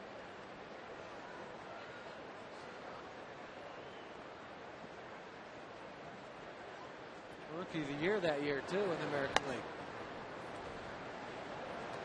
It was a banner season for McGwire. McGwire in 87, Canseco in 88, and Walt Weiss in 89. Here's a base hit for Dickerson.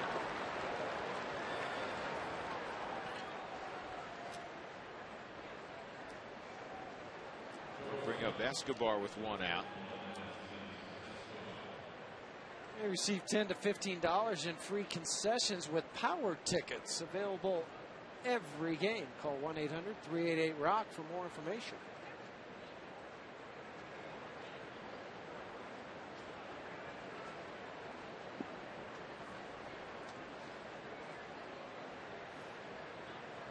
Escobar, a strikeout and a single.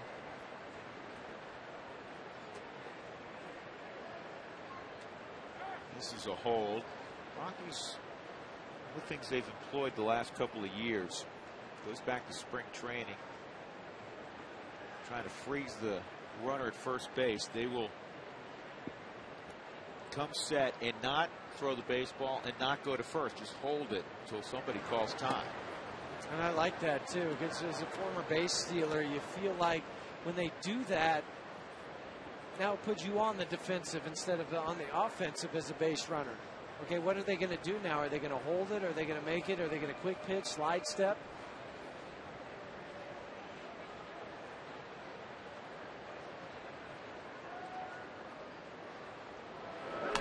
I got to clear something up. I was wrong on the dates on the Rookie of the Year. Canseco won it the year before in 86. McGwire was 87. Walt Weiss was 88, not 89.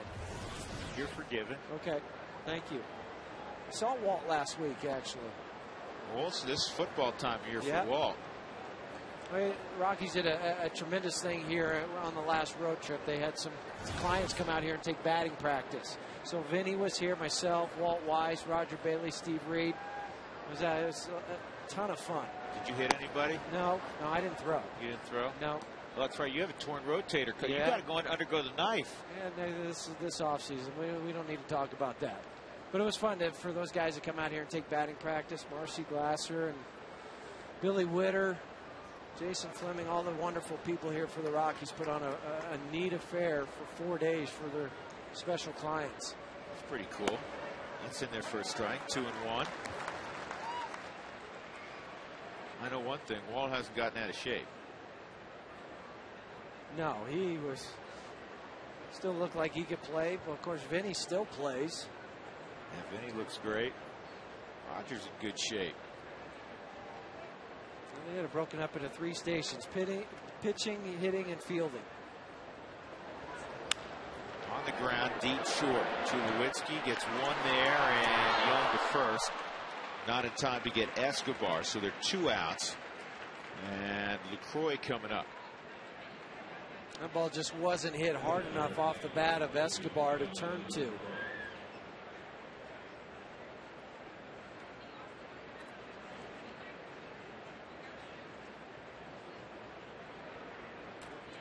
Every Brewer, with the exception of Prince Fielder, has a hit in the game.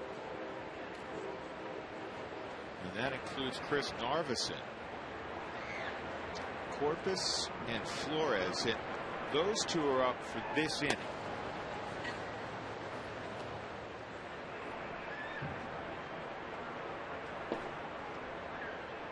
Rogers can get through the 6th. Jim Tracy, now you start thinking Matt Belisle. 8th inning, obviously, is Rafael Betancourt on the plus side, and then Houston Street. Matt Belisle only worked an inning and a third last night. Didn't have many pitches, so he's still available for today. Repair that chip in your windshield. Call Safelite Auto Glass at 303-287-5000 or go to safelight.com.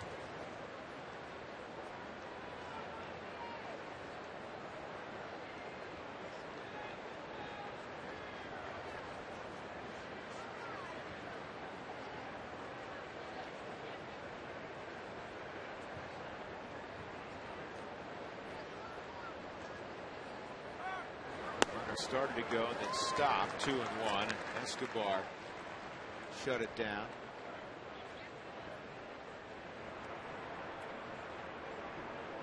Oh, Jimmy Wright's. You know what? Not only is Jimmy Wright well, he's attempting to catch. No face mask. Mark Strittmatter. I mean, Mark did that for a living. Stritty's got the mask on. Here goes Miguel. He's going to go save Jimmy Wright. He's going to go down the tunnel. That's in. It's 3-1. It's a whole lot easier to pitch than it was to catch, huh, Jim? And Jim keeps looking over his shoulder going, okay, Miguel, you can come over here anytime.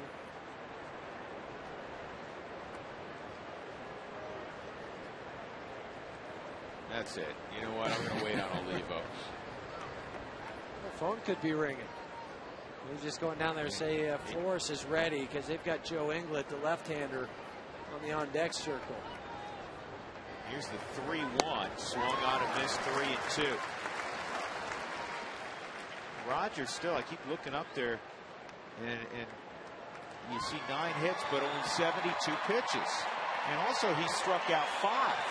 And that's the thing for Rogers is make your pitch right here. To get out of this inning. Don't worry about the guy taking off at first. You make your pitch to Jonathan to set the inning down. 3-2. A slider that just missed. And now they're 2 on, including Escobar, the tying run at second. And Joe Inglet will pinch hit for Chris Narveson. And I know Rogers wanted that, but that was just high. Quite get on top of that. Kind of off to the side just a little bit. So here comes Jim Tracy. And that'll be all for Esmil Rogers. But on his birthday, he has a chance to pick off his 3rd win of the year.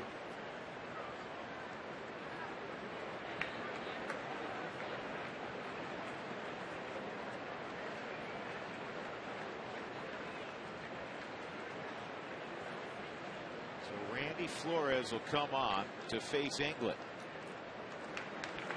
pats on the back from the skipper.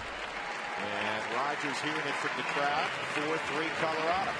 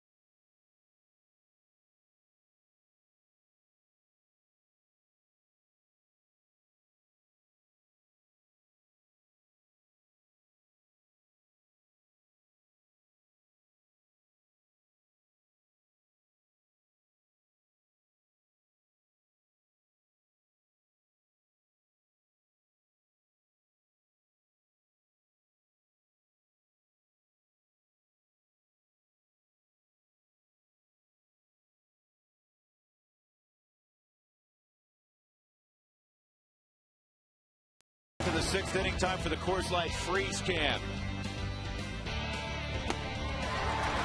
Rogers striking out in the 1st inning. Ricky Weeks then beating Corey Hart with the fastball. And then getting Escobar later on. Coors Light freeze cam. So after 5 2/3, Esmil Rogers gives way to Randy Flores. He'll face Joe Inglet.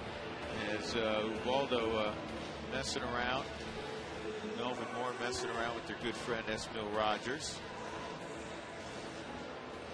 We showed you a shot the other day of Rogers and Jimenez sitting there chatting. And of course, Jimenez serving as a mentor, even though age-wise there's only a year that separate the two. But in terms of pitching experience at this level, there are a number of figurative years. Joe Inglet will pinch hit for Narveson. Joe is 0 for 16 this year against left-handed pitching. And part of the problem for the Brewers and Ken Maka, they have a very short bench. They only have 4 extra guys. So if you announce a pinch hitter in Joe and then to pull him back and maybe send up a Kane, you only got 2 guys left on the bench because you're carrying 13 pitchers. 2 on, 2 outs. Flores. The fastball past Inglet. Tonight's call to the bullpen is brought to you by Xfinity Voice. Unlimited local and long distance calling. Call 1-800-XFINITY. Lefty's hitting just .213 off for Randy, just 7 for the last 32. In a perfect situation for him to come in the ball game, left on left against Inglet.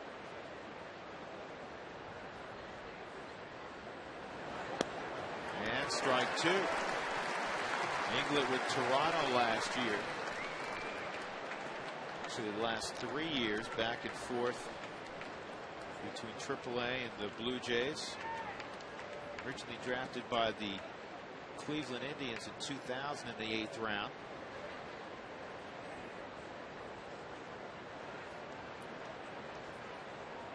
The 0-2. And in the air to center field, shallow center field. It's going to drop. A run will score. And here's the go-ahead run coming toward the plate. Gonzalez made a perfect throw to cut down Lucroy. So a blue single from Joe Inglet. His first hit against the lefty all year has tied it at 4.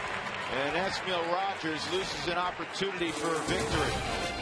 Great throw by Gonzalez, back it up.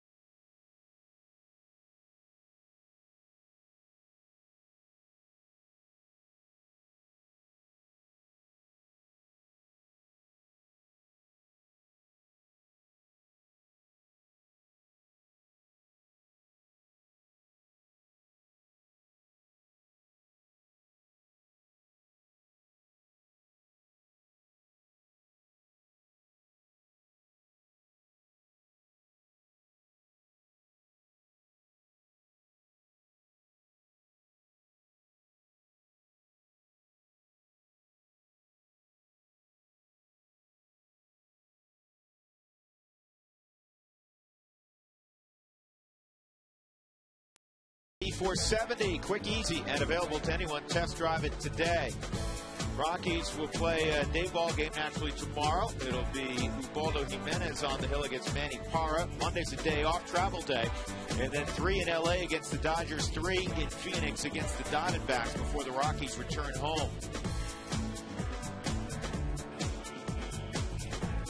4-4 ball game here at Coors Field. Drew Goodman, Jeff Houston, Alana Rizzo. As we go to the bottom of the 6th inning, Tulowitzki, Spilborghs, and Ian Stewart to face Mike McClendon, who was just called up from Nashville and will be making his major league debut. He was a PCL All-Star this year. Big dude. Kid. 6'5" out of Arlington, Texas. Well, he got away from the Rangers down there. He took the roster spot of LaTroy Hawkins. Hawk went back on the DL a couple of days ago.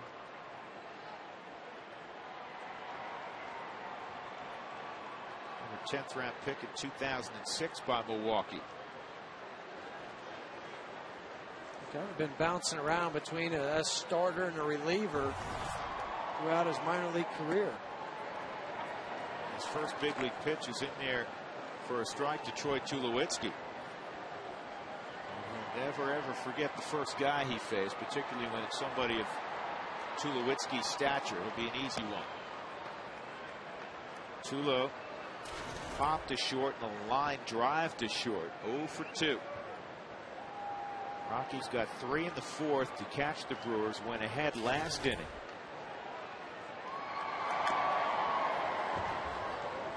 1 ball, 2 strikes. If you look at the Amica hit zone on Tulowitzki, Amica, it's not how you're covered, it's how you're treated. Remember a couple of years ago, that the top numbers, the 409, the 391, those are the ones that were giving him trouble. The ones up above his hands. Not anymore. Ever since he changed that more upright stance. And that plus the confidence of just growing at the big league level. You know, they'll have some reports on McClendon, but Tulowitzki is going to be sought out when he gets to that dugout by a number of the guys who will follow him in the lineup. What kind of movement does he have? Does it sink? Does it cut? Is it, how hard? Does it look overpowering?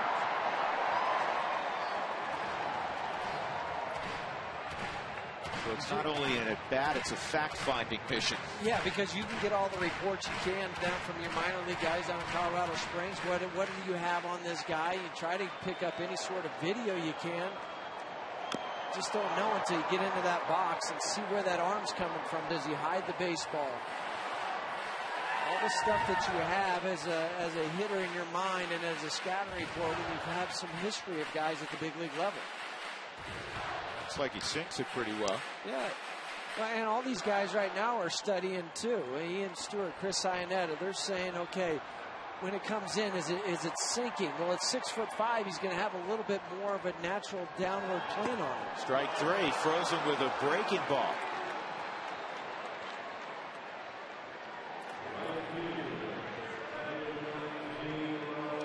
One out, that'll bring up Spilborghs. Tonight's the championship. It's dogs or peanuts. Still can vote. 9-5-3-2-3. And dogs right now in a runaway. But you know, they were the #1 seed headed into the tournament. And Spilborghs lifts one to left field. Braun will have an easy play, 2 outs. That'll bring up Ian Stewart, who will have a little different perspective hitting from the left side.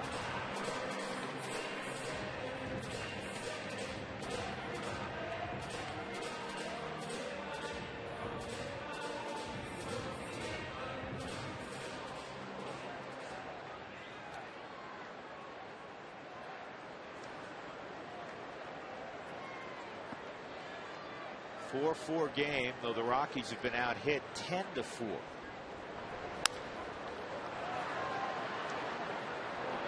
Clendon has a 1-2-3 first inning in the big leagues. You know how they voted.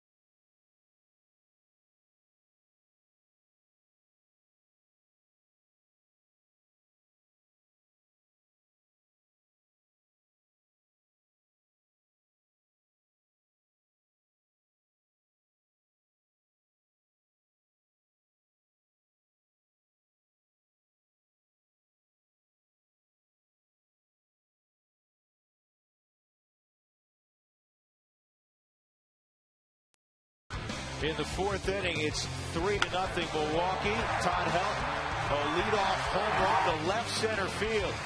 First home run at Coors Field this year.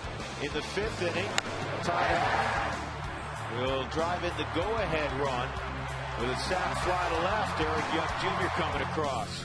But Milwaukee in the sixth inning got a blue single off the bat of Joe England.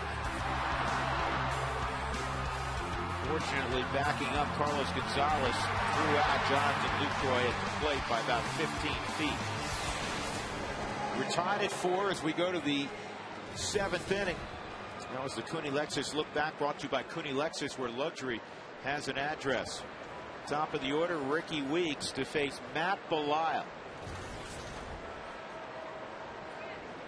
Matt threw an inning and a third, as I mentioned earlier, in last night's ball game, but only threw 21 pitches, 16 of them for strikes.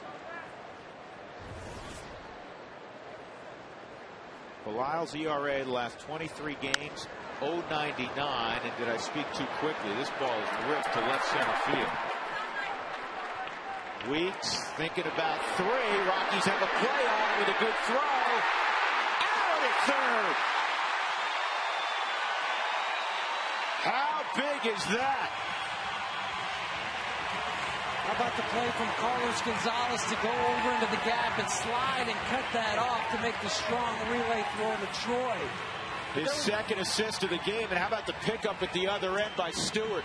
Hey, that's what you have to do. The other thing that factored into it, it looked like Ricky Weeks stumbled a little bit going around second base, and that caused him to get off balance just a little bit. Nice short hop pick from Ian Stewart, and then stick your nose in there. One more look at Ricky Weeks around second. Let's see if he catch a little bobble before he hit that bag and about halfway through. Tremendous relay. And instead of the go-ahead run in scoring position, it's just one out, nobody on. Corey Hart with a 1-1 count. That was a 7-6-5 if you score at home on the double by Ricky Weeks. Cut down, trying to stretch it to 3. Just perfect execution all the way around. We've seen Carlos Gonzalez now make 2 pretty plays in back-to-back innings. The one to throw home to end the last inning, and then that one to get Weeks a third. He now has 6 outfield assists.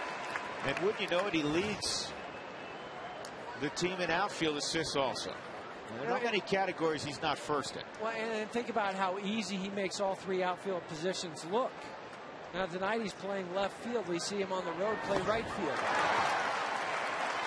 Corey Hart swung and missed at a 58-foot breaking ball. Nice job from Matt Belisle. 2 outs. And that'll bring up Ryan Braun.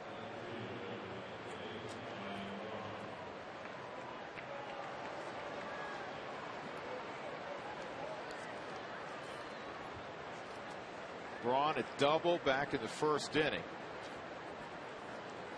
Fielder's choice in the second, and a 4-6-3 double play in the fifth. For the restaurateur, Ryan Braun, he owns a couple of restaurants. This is a base hit to left that he just opened. One in downtown, a big restaurant in downtown Milwaukee, an upscale restaurant. And that was the opening day. We were there in Milwaukee back in April. And now with Fielder coming up, Joe Beimel will come aboard as Jim Tracy makes his way to the mound. 2 outs when we come back. Braun at first. 4-4, top of 7.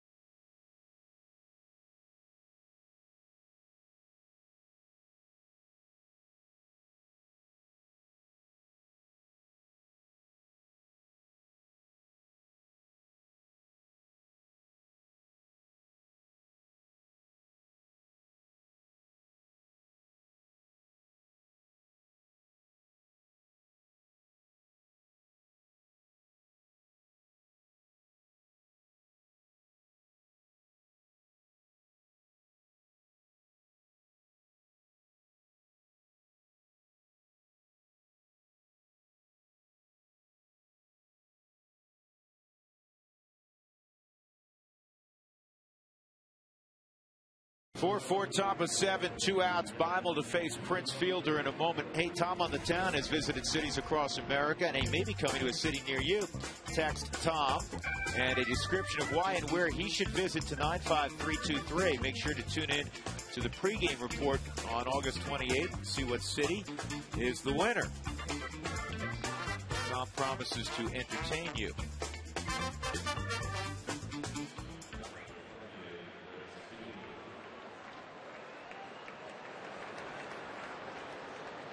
The tap the best, or the, what do you think, the two-step? Not like the salsa. You like the salsa? Yeah, I kind of like the salsa. Wasn't bad. No, but what I like better is Joe Beimel to get Prince Fielder right here. Fielder's 0 for 3.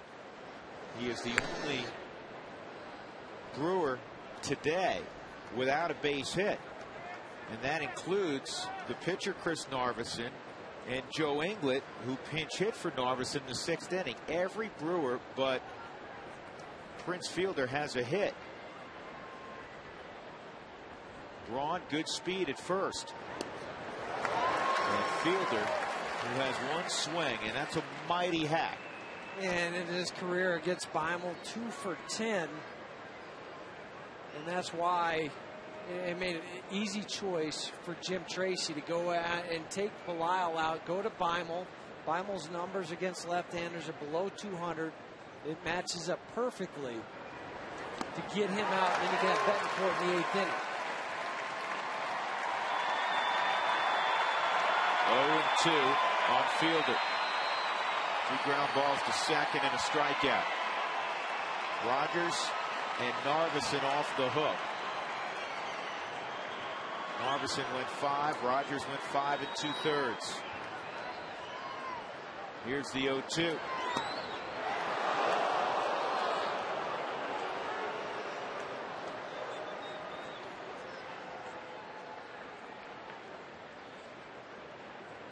Comes off the plate. This will give a better look from the Southwest Sky Cam. Exactly where Chris set up, but he set up off the plate on purpose. Swung and missed, and fielder is gone. Joe Beimel strikes him out. Stretch time at Coors Field. The Rockies and Brewers tied at 4.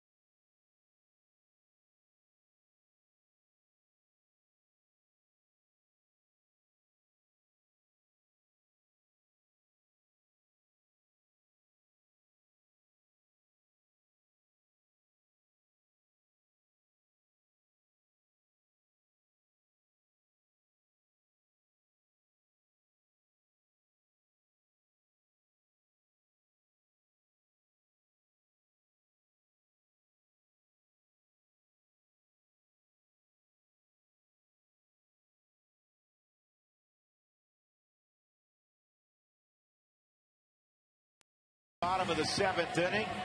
The Rockies have been out hit 12-4 as they come up here in the bottom of the 7th with Chris Iannetta. Let's take a look at tonight's Quest high-speed pitch, brought to you by Quest, the high-speed internet provider of the Rockies. Narveson at 90 and Rogers at 96. Second inning of work from Mike McClendon. His major league debut last inning and got Tulowitzki, Spilborghs, and Stewart in order. Iannetta, Fowler, and then a pinch hitter. 1 ball, 1 strike. Did you find when you played, Huey, that sometimes when you didn't really have much of a book on a guy who's a little bit unconventional, that could be more difficult than facing somebody with better stuff, but you kind of knew what you were getting? Because you're trying to find that release point first of all, and by the time that happens, the pitch is already on you. I mean, the other guy might get you out, the one that you've seen more often. But at the same time, at least you feel like you have a little bit better game plan when you go to the plate. One thing it looks like he does have is pretty good sink on that baseball. But if Chris can get on, it kind of works out nice because then you would have Dexter Fowler who could be able to lay down a bunt. And then you have the pinch hitter, more than likely a Seth Smith or a Brad Hopp, one of those two guys. Not going to happen. He's gone. Second strikeout from McClendon. Well, this is that perfect opportunity we talked about in Dexter's last at bat. Dexter was 0 for 2. He lined out to McGee his last time up. But if you think about laying down a bunt, Fielder's made only 1 error at first. Prince, despite packing about 270 pounds on a shorter frame, is pretty athletic guy. However, you got a 6'5" guy on the hill. See if he thinks about it. And the other thing too is you've got a sinker ball pitcher up there, so the other thing you can do is you can drop it down the third base line where you just try to catch it right off the end of the bat and deaden it towards third. Well, he thought about it. Here comes McGee. Pitch was outside, 2-0. But now the thing what you have is because McGee's already in on the grass a little bit, you've opened up the hole between short and third. So now if you hit a chopper that way, you got a lot more room. Not going to happen here though. 2 outs. And Brad Hopp will pinch hit. Who Wants Tacos fans, if you'd like to receive text message alerts when the Rockies do score 7 or more during any ball game for the Rockies Taco Special from Taco Bell, text the keyword taco to 95323.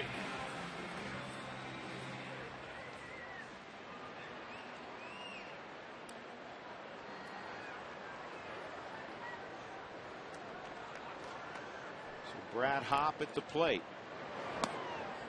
He takes ball 1. Well, he's getting ready for the 8th inning, his customary role.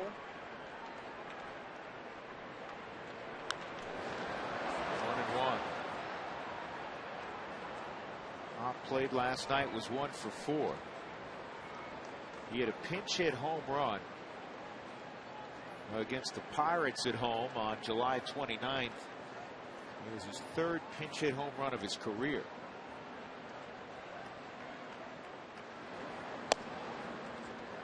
His 4th would look really nice right here.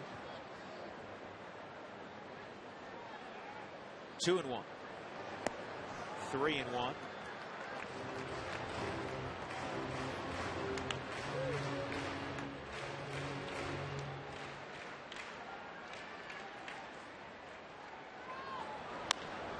And a high pop up to deep left center field, but it's going to stay in the ballpark. Dickerson will make the catch. Brad didn't miss it by a lot. McClendon has retired all 6 that's coming aboard. Will go to the 8th.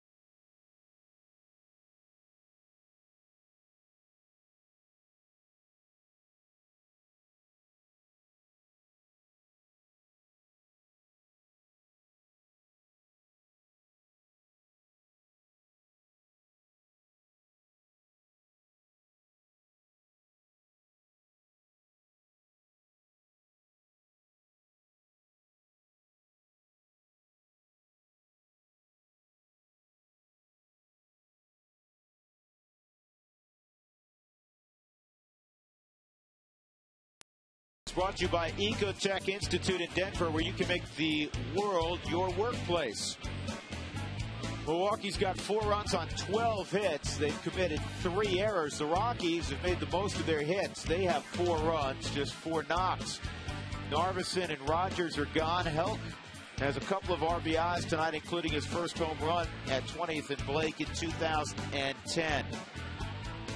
Rockies gave up 3 runs to Milwaukee in the 2nd inning when they had 5 singles, all with 2 outs in terms of the runs being scored.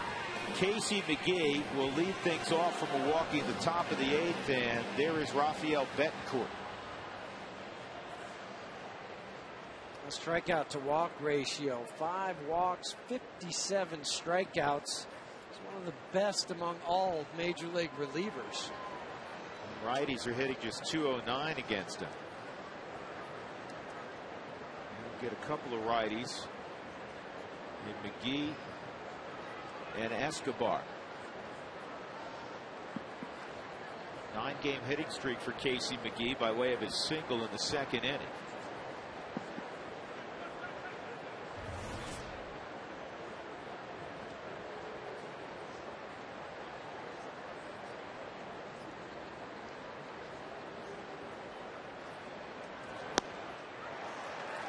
95-mile-an-hour fastball swung on and missed.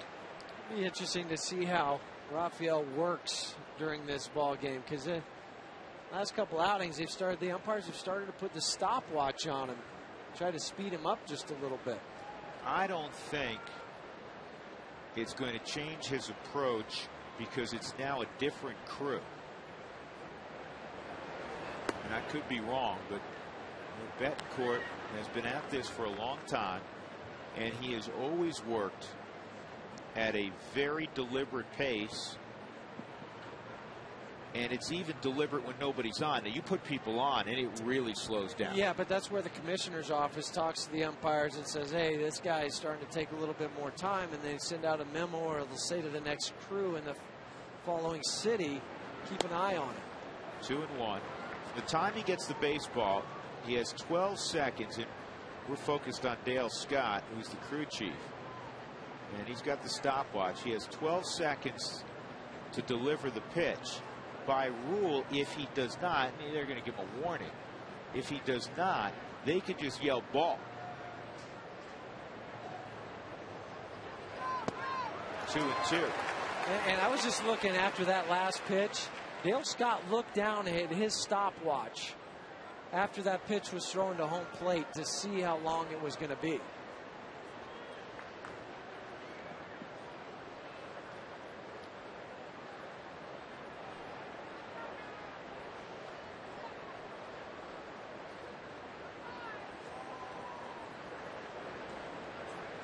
Two.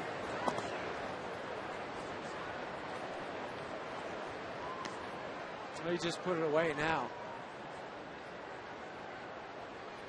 Well, it was interesting. From the time he got the baseball to the time he delivered it on that last pitch, almost 25 seconds. Yeah. He's got it out again. Here he goes. He just started it.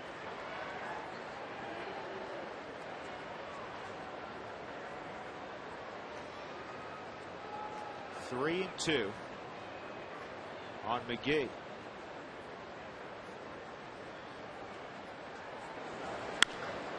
Line drive, right in cargo. I mean, that thing was smoke, but it held up, and Gonzalez put it away, 1 out. It's almost like as hard as that ball that Carlos hit last night to Corey Hart in right field. Windshield has one of those chips in it. Get it fixed. Go to Safelite Auto Glass, 303-287-5000, or check them out online at safelite.com. 1 out, Chris Dickerson, 1 for 3 tonight. Third start since being picked up from the Reds for Jim Edmonds on Monday.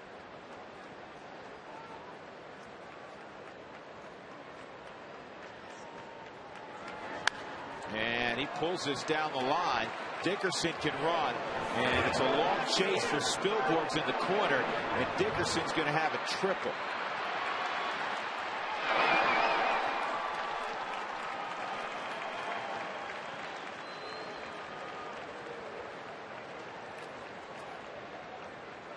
So a 1-out triple for Dickerson. And now with Escobar up there, the squeeze has to be on your mind. Look again at the swing. Inside, right where a lefty likes it, especially a guy like Dickerson.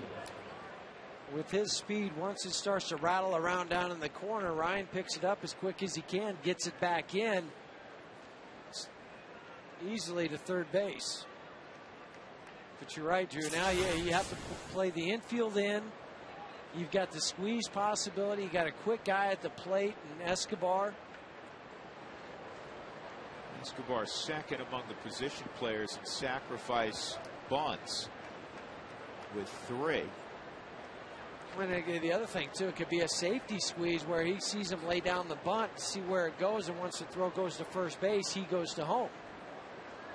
And you can do that. Swung on and fouled back. You can do that when you have, plus speed at third base. And plus speed at the plate too, because the fielder has to know that he can't just look at the guy at third. He's got to make the play to first right away. A little less likely now with 1 strike on Escobar. Stewart's behind the bag right now. 1. And another thing that makes it a kind of a favorable situation, and whenever you have that runner on third, the third base coach always goes over and delivers the message in some way, shape, or form right next to him. I mean, it's very difficult for the third base runner to see the signals.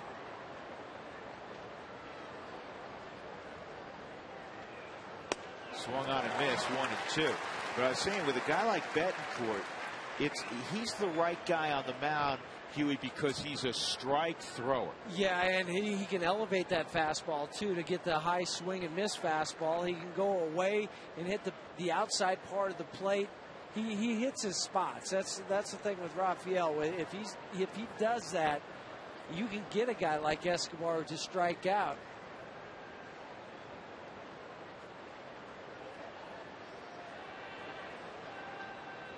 One, two. Ionetta sets up away.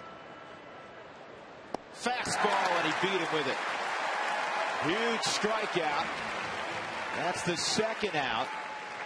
And now the infield backs up, and Lucroy will come up. The Hyundai Camel showed the just straight four-seam fastball, but it was the location. Located away and down. Escobar was tardy on the swing. That ball was almost in the catcher's glove before he finished his swing. That's 58 strikeouts now and just 5 walks for Betancourt. Best ratio among big league relievers. Rafael Betancourt in his 8th season. Lucroy, an infield hit, a fly ball to right, and a walk.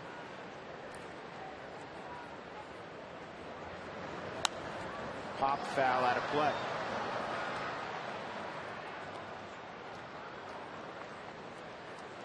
Make sure you don't miss out any of the excitement. Purchase a second half mini plan today.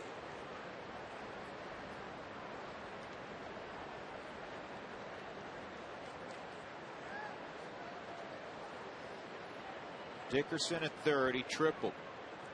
In the bottom half of this 8th inning, the Rockies will have the top of their order. Eric Young, Todd Helton, Carlos Gonzalez. Here's the 0-1 on Lucroy. Fastball right on the block, swung on and missed. It's 0-2. The same place that he struck out Escobar on. Set up away. Southwest Sky Cam shows up ball away.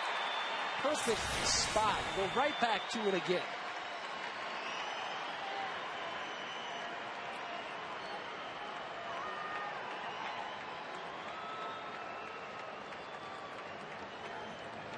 Get a good look at the sign from Chris if they're going to go back to it or if they want to try to throw the slider. I'd say try to just beat him again with the fastball away. Pinky down, you think. Yep, there it is. Maybe go off the plate even just a little bit more. Smashed at third. He was on the ground, so Stewart has to complete the play. Well done, Rafael Betancourt. He got out of it after a 1-out triple to Dickerson. We go to the bottom of the 8th inning. The Rockies and Brewers tied at 4.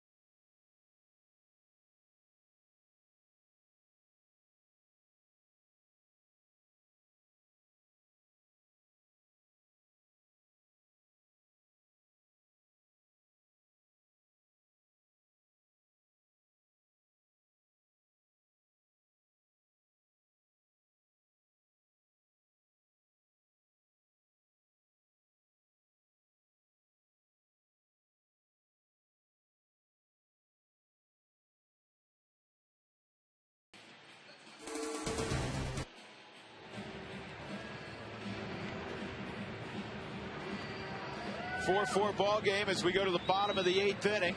Rockies took the lead last night in the bottom of the 8th. See how this one unfolds. Tomorrow after the game on Rockies Weekly with Jim Tracy. Join the skipper and the FSN crew in Cooperstown. Check out the Rockies memorabilia in the Baseball Hall of Fame. Get some behind-the-scenes access to some of the most important pieces in baseball history. Plus, we'll get a recap of the Mets and Brewers series. See all the top plays of the week. Rockies Weekly with Jim Tracy tomorrow. That's right after the ball game. First things first, Eric Young Jr.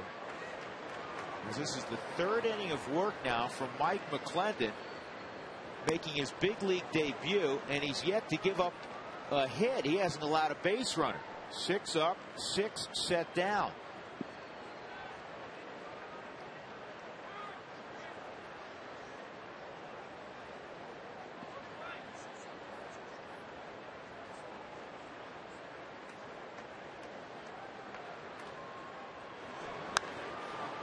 It's an 0-2 count on Junior. 0 for 3. Well, he reached on an error in his last at bat. An error on the third baseman, Casey McGee. Stole second. The throw from Jonathan Lucroy went into center field. He ended up at third, and Helton brought him home on a line drive to deep left. 0-2. Ground ball slowly hit to Escobar. And he just did get it in time to beat Young. Man, he's fun to watch run. He's fast. Let's check in again with Alana Rizzo for tonight's great Colorado Payback Sideline Report. Alana. All right, guys, thanks very much. The struggles of Trevor Hoffman this year have been well documented. He long ago lost the primary closer's role for the Milwaukee Brewers, but it comes after a very illustrious career, sitting at 597 career saves. No doubt Ken Maka will put him into some opportunities to get to that elusive 600 save milestone. If you take a look at his numbers against the Colorado Rockies, he had his 1,000th career strikeout versus Todd Helton on September 8th of 2007. His 3rd career save overall was against Colorado on August 6th of 93. 54 saves total against the Rockies. He hasn't pitched very well here, though. 5.67 ERA at Coors Field, and in their first 2 years of existence over at Mile High Stadium, a 6.75 earned run average. But all in all, a tremendous career for the all-time saves leader, guys. A Hall of Fame career. Guy who still baffled people with an 87-mile-an-hour fastball and that changeup, and he would double, triple up on the changeup. The thing for me too is today coming to the ballpark, got here about 2:30. Who was out running, leading the troops, the rest of the Milwaukee Brewers? It was Trevor Hoffman. Great work ethic. Here's the 3-1, and Helton drives this ball to left field. Braun has it, and that is out number 2.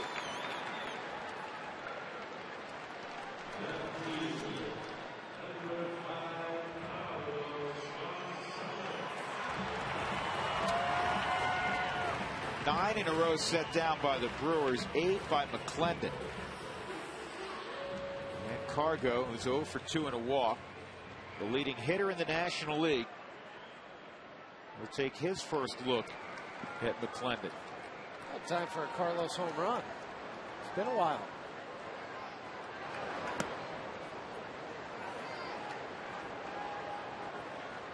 I like your thinking. Why not? You got Houston Street warming up in the bullpen. He'll be ready to go for the 9th one way or another. Lost his bottom hand on that swing. 1 ball, 1 strike.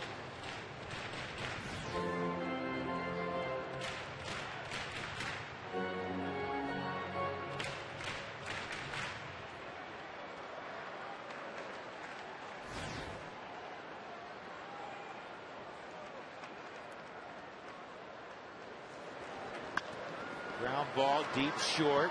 Escobar, low throw, handled by the first baseman fielder. Boy, Mike McClendon. What a job. We'll go to the 9th.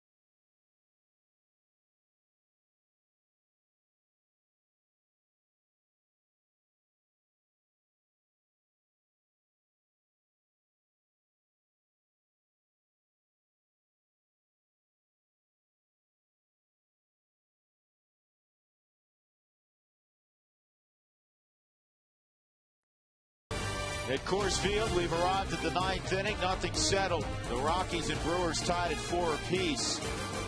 Coming up after the ball game, when it is over. The Rockies post-game report. Tom Helmer with some of the details. Drew, you came up big last night with 20th in rank, so let's see if we can come up big ourselves tonight. How about Speed Trap? Eric Young Jr. Speed kills. He's created a lot of problems for the Brewers. We'll talk about that. Lightning Todd Helton with his first home run of the season. We'll break that down for you. And Air Cargo, a couple great plays from the outfield to gun down some runners. We're going to talk about all of that after the ball game and the Rockies post-game report. Drew? And I know you'll have the fourth one later on, how the Rockies hopefully win this thing. We'll have the walk-off victory by the Colorado Rockies, of course. That's just a given, Drew. There you go. All right, Tom, we'll check back with you in a little bit. Houston Street's on in the 9th inning. And with the 9-hole due up, we will see the bench again for Milwaukee. It'll be Craig Counsell to lead things off, then Ricky Weeks and Corey Hart. Houston Street making his 23rd appearance, and last night may have been the sharpest he has been since his return. Good tempo. That was the thing for Houston Street. He got the baseball. He knew what he wanted to do, and was throwing his fastball 93 miles an hour, slider, changeup 84. Counsell was also the first guy that he faced last night, grounded out to second base. Line drive base hit, though, here for Counsell. That is hit number 14 tonight. And it's strange to look up at the scoreboard, and if you just look at the hits column, the Brewers have out-hit the Rockies 14-4. Yet in the all-important run category, it is 4 apiece. Yeah, but the 3 errors underneath the E, that's the other thing that's helped the Rockies get to those 4 runs.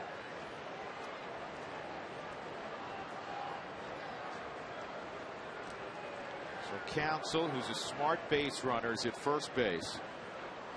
And Ricky Weeks, who's 2 for 4, is at the plate.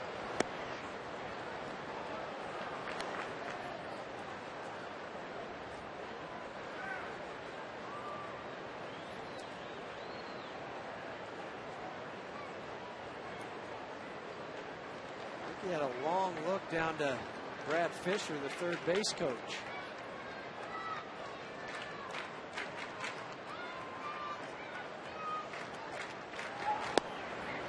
It's 2-0.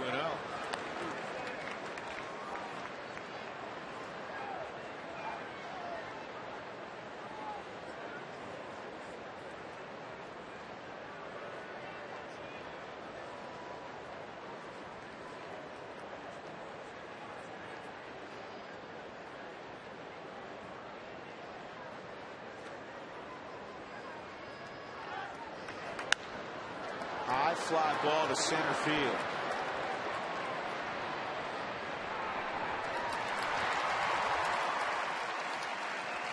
One out. First 25,000 fans on August 23rd will receive a special offer from Floyd's Barbershop. So Street will now set his sights on Corey Hart. Corey's 2 for 4. Strikeout, single, strikeout.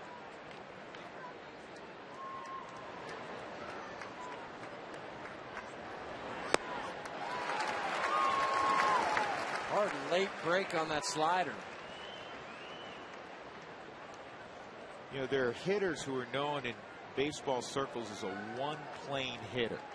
Single plane hitter, and if you throw it in that plane, they're going to do a lot of damage. And for me, Corey Hart's one of those guys. I would agree. Up into the zone and in. Oh, they got it picked off. Counsell picked off by Street. Now Tulowitzki involved, and out of the baseline is Counsell. Houston Street picks off the cagey veteran Craig Counsell, and that'll be a long walk back to the Brewers dugout. Just uncharacteristic of Craig, but the quick pick from Houston Street got him leaning, and once he got him that way, then it became a rundown. He was just guessing that he was going home. Todd gets him running hard. Troy does the same thing. Ball out of the glove, easy flip, go out of the baseline, already called out. 2 down.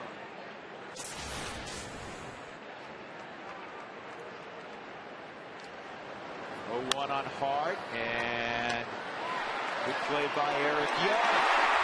And we'll go to the bottom of the ninth. The Rockies just need a run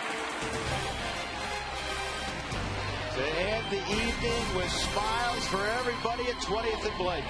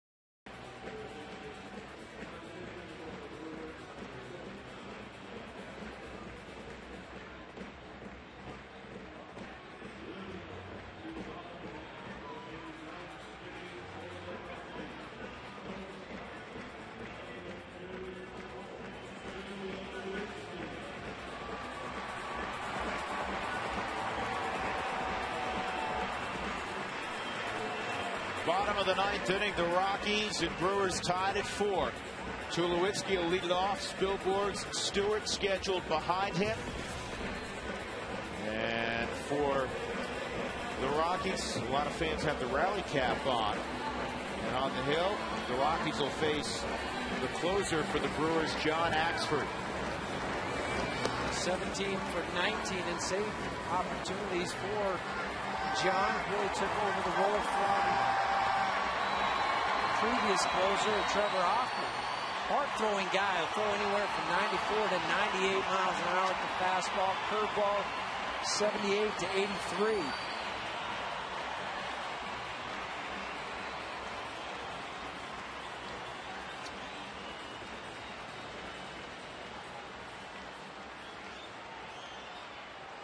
Great crowd tonight. 45,264, just a smidgen under a sellout.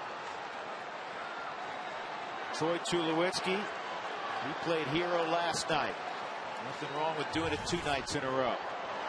Ground ball, base hit up the middle. Winning run aboard.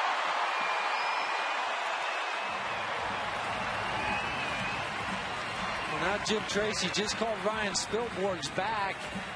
And the only reason he did that is to let him know what he wants to do. Are you going to swing away or are you going to bunt? I want you to bunt. It's easier to get it from the manager. First to swing from Troy. Fastball away from him. Hit it right back where you're supposed to. Right back up the middle. Get that leadoff guy on base.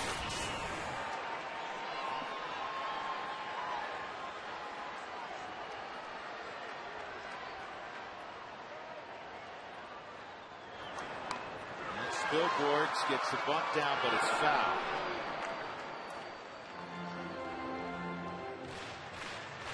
Stewart's on deck.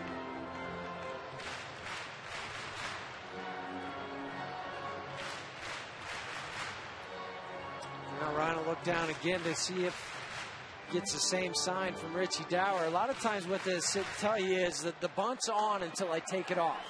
So I don't have to give the bunt sign again. If I go to the wipe off, then you know you're swinging away.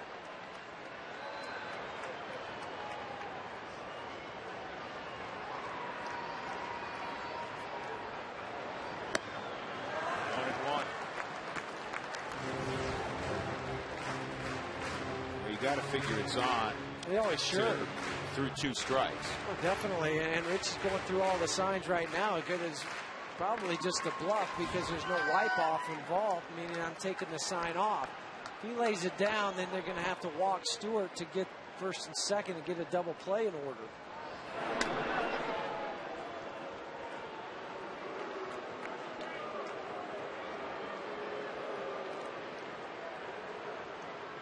There's Ian on deck, and if you get the sacrifice down, then they would probably walk Ian to get to the right-hander Chris Iannetta.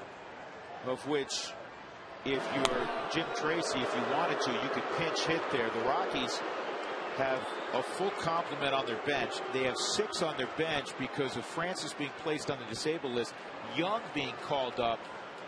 You have an extra position player. The only player used tonight has been Brad Hopp. That's where it's nice to have a Jason Giambi and a Seth Smith, either one of those guys to go up and pinch hit. And now it's 1 and 2 on Spilborghs. Now you look down. And I've still seen managers leave it on in this situation. And I know he just did the sign like go ahead and hit away, but I've also seen him leave it on because they don't want him to hit into a double play. They'd rather take the strikeout if he wasn't able to get the bunt down, but still have the base runner out at first.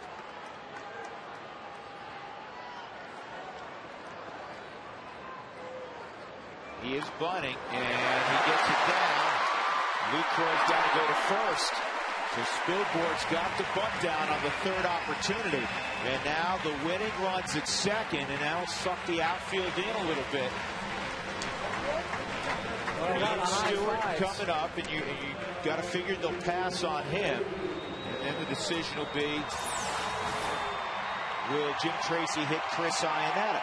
I like the way he worked with the bat up at the top of the zone there and work down, and the way you get down to it is to bend your knees a little bit more. It's easier to try to work high to low than the other way.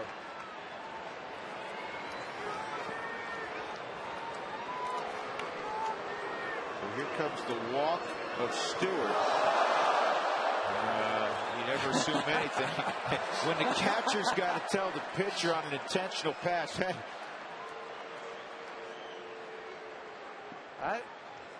It's not an easy thing to do. That's why you'll see some pitchers just kind of try to lob the ball in there.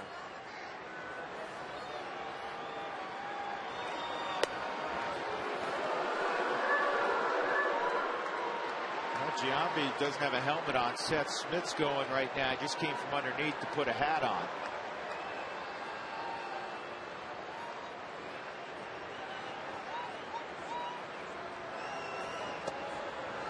Well, your other option too is if you let Chris Iannetta hit, then you would have a pinch hitter maybe for Dexter and then the pitcher spot after that. Jim Tracy is a huge believer in doing everything you can. He learned this from Felipe Alou going back to his days in your old organization, Montreal. You do everything you can to win the ball game in 9 innings. Well, and that's why he's used 5 relievers tonight, too. And you've already brought in all your guys. You only have 2 relievers left in that bullpen for that reason. You want to win the game in 9 innings. Iannetta will hit. 1 out. Chris has a couple of walk-off hits this year. It's been an up-and-down season for Iannetta, and now Rick Peterson will pop out of the dugout.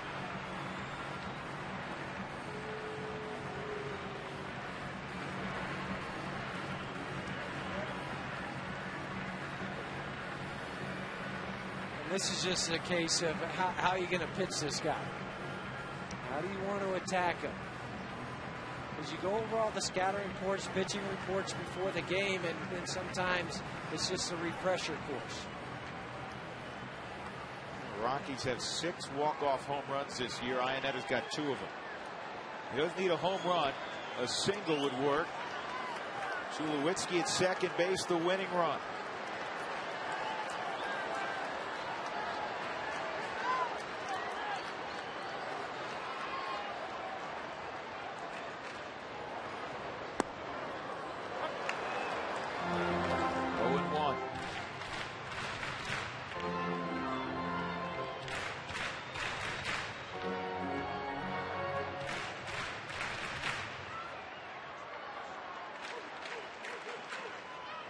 where the Rockies have only 5 hits.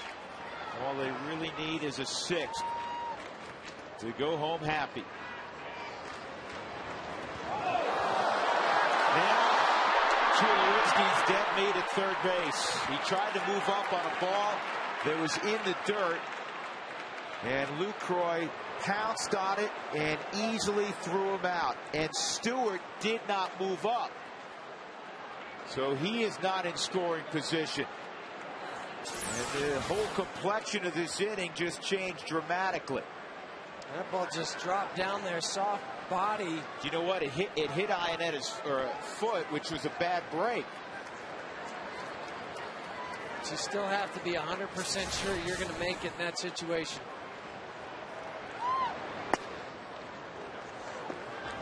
Two and one.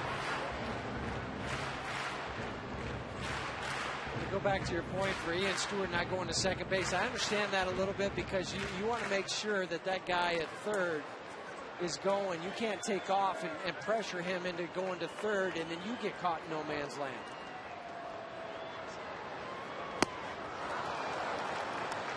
.97-mile-an-hour fastball.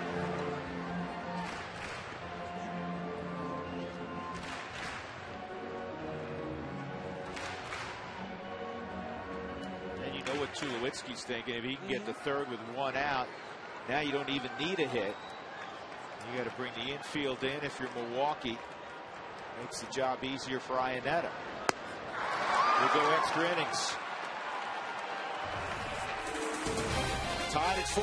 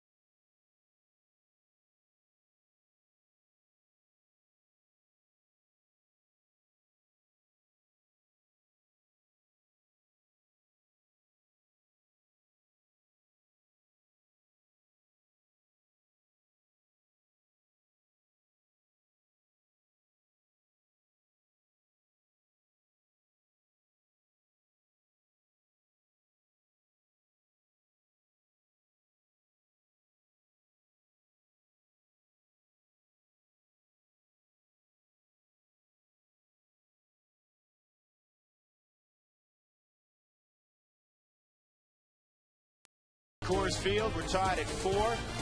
The Rockies are 6-6 in extra frames this year. The Brewers are 4-4. The Rockies looked like they were going to have a great chance there in the bottom of the 9th inning. A ball that got away briefly from Jonathan Lucroy hits the foot of Chris Ionetta, and that may have been enough to allow Lucroy to throw out Troy Tulowitzki, trying to advance from second to third. Houston Street will work an extra inning, and it is the thick part of the Brewers lineup. Ryan Braun, Prince Fielder, Casey McGee, and in the month of August, which is almost half over, the Brewers have led the National League in runs scored this month. So the Brewers have a record of 54-63. They have a formidable lineup, particularly in the first 5. This perennial all-star Braun. Ryan has a couple of hits tonight. Well, the good thing that Houston Street only threw 6 pitches last inning.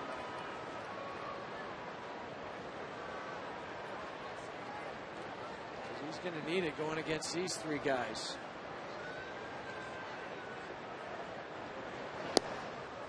Two 2-0 on Braun.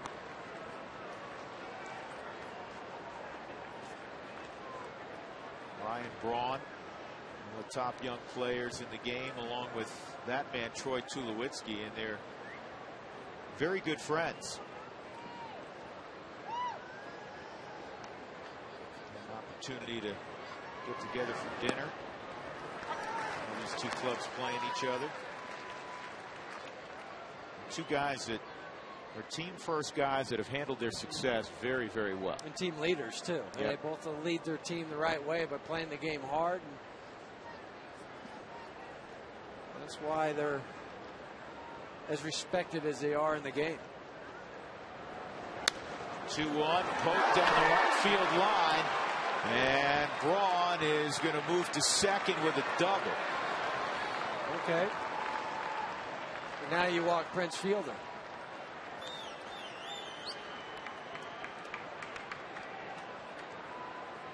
Three-hit night for Braun, who leads the National League in road batting average. And this is what makes Braun so good, taking a pitch that's almost out of the strike zone away from him and staying on that and driving it to right field. A lot of guys with the type of power that Braun has will try to be pull guys.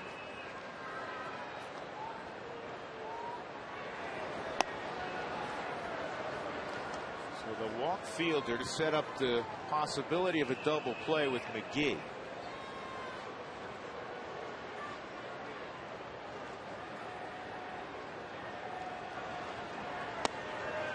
McGee is no slouch at the plate. 9-game hitting streak by way of his single in the second inning. And a guy I doubt would be bunting for Ken Maka. Because then if you do that, it doesn't make a whole lot of sense, because now you're starting to work down to the bottom part of the order. No, that wouldn't be the play here, not on the road in particular. Yeah. McGee recently, when he came to town, in fact, had set a Milwaukee record with hits in 9 consecutive at-bats, which ended in his first at-bat on a ground ball to short against De La Rosa last night. He is the team leader in grounding into double plays with 11.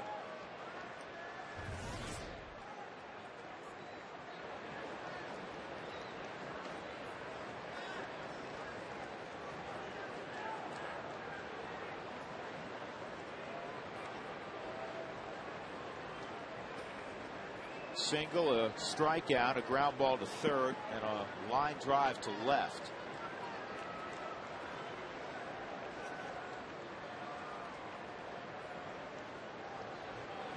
He is bunting. Well, that was on his own. I think he was just trying to bunt for a base hit, because he didn't square around. He acted like he was going to try to drag that one down the third baseline.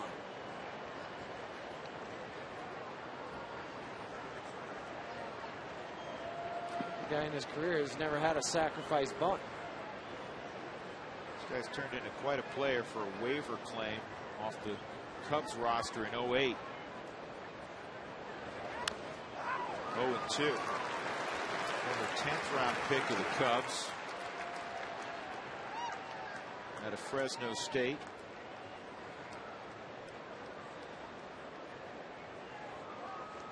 Just wasn't sure if he was going to be able to hit enough to play a corner position. There, he even tried him at catcher during the instructional league to see if that might be the route to get him to the big leagues.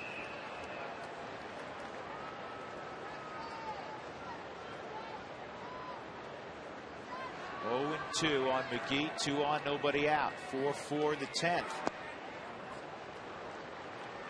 Slider was in the dirt. He's basically a 280 hitter in the minor leagues, so not a complete shock he's hitting at this level. And the power numbers are the ones that are a little shocking. Never hit more than 12 home runs in a season down in the minors.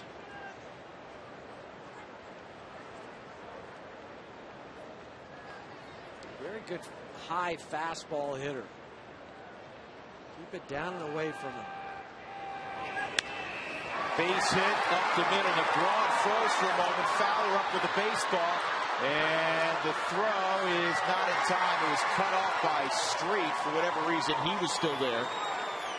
And it's 5 for Milwaukee.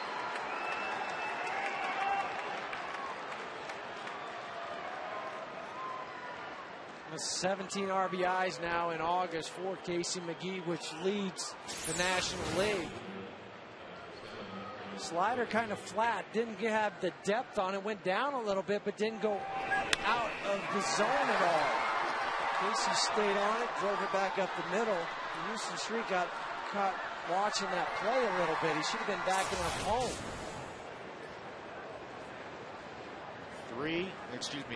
Double, a walk, the intentional walk, and a single. Nobody out. Chris Dickerson at the plate. He's 2 for 4. Yeah, but he might be bunting here. Bunts it in the air, out of play.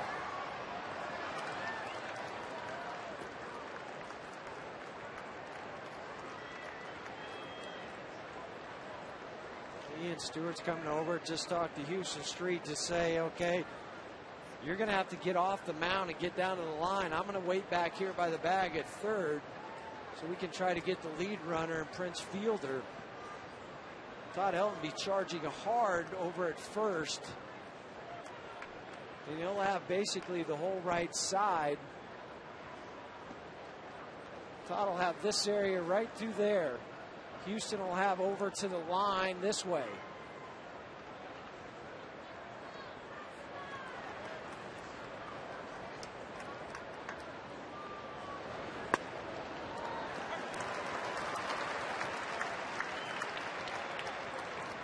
I'm just really surprised they didn't try to have Dickerson bunt again.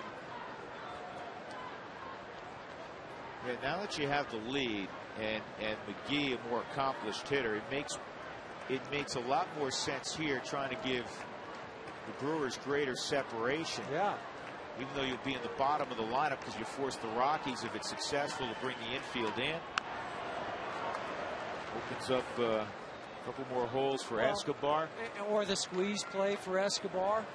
I mean, it just creates so much more, so many more problems for the defense when you do that.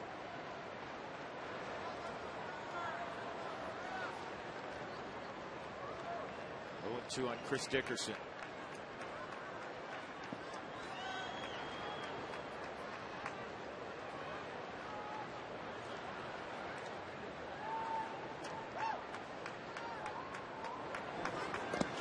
And that shoots away, and everybody's going to move up.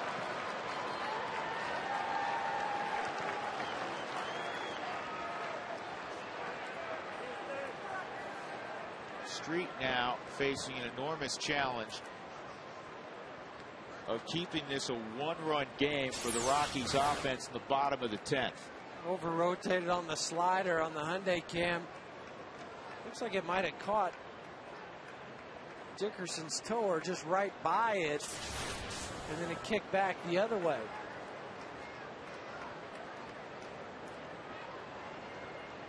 Rockies have to bring the infield in.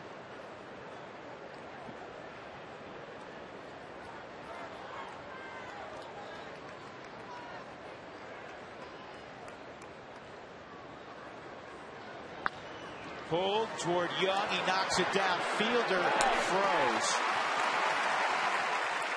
1 out. Well, with Fielder at third base, you can play a little bit deeper if you're Eric Young Jr. You don't have to play all the way in, and this allowed him to have a little bit more range. He's not on the grass. He's about 3 steps away. So if he's on that grass, that ball's in right field, and that's a base hit. You can put Escobar on to set up the force play.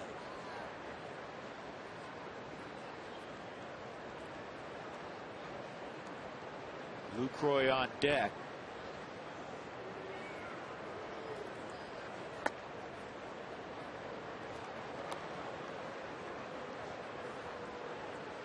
The Rockies tonight have had only 1 inning in which they didn't give up a hit. That was the 3rd. Esmil Rogers started, went 5 2/3, gave up 4 runs on 9 hits. He walked 1, struck out 5. Chris Narveson from Milwaukee went 5 innings, gave up 4 runs, 3 earned, 4 hits. and a walk. The Rockies have 1 hit in the last 4 innings.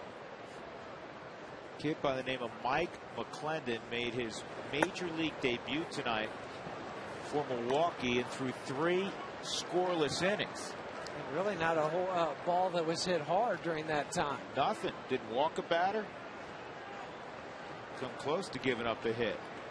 And Jim Tracy's going to come out. This is a strategy conversation.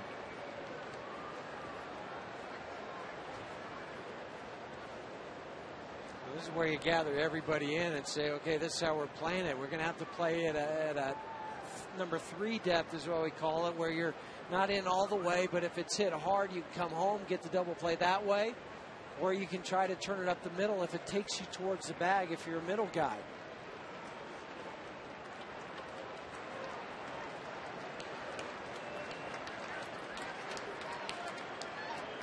A little less experience, quite a bit less experience at second base in Eric Young Jr., who is one of those middle guys. Here's Lucroy. If you're going to make a decision, if you're Eric Young Jr., make it going towards the plate to get that lead runner out.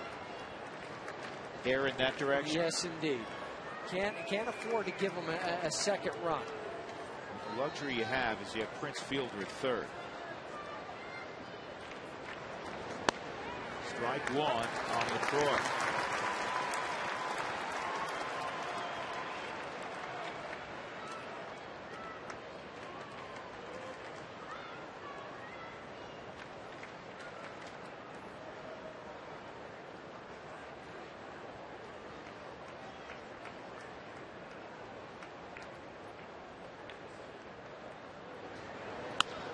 Pulled to third. Stewart will get the double play.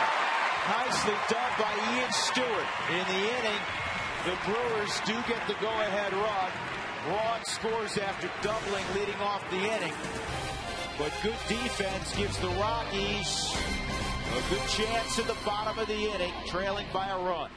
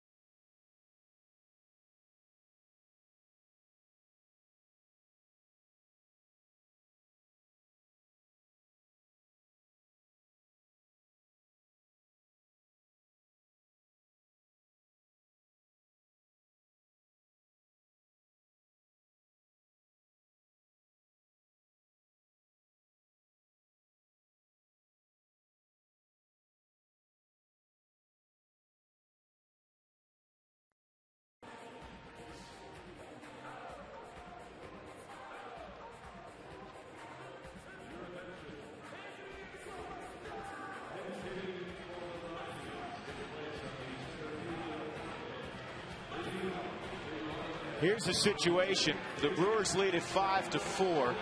And in the bottom of the 10th inning, Dexter Fowler was scheduled against John Axford, but he's been called back. Seth Smith, who's been mired in a slump, will pinch hit. Jason Giambi is in the on-deck circle behind him in the pitcher's spot.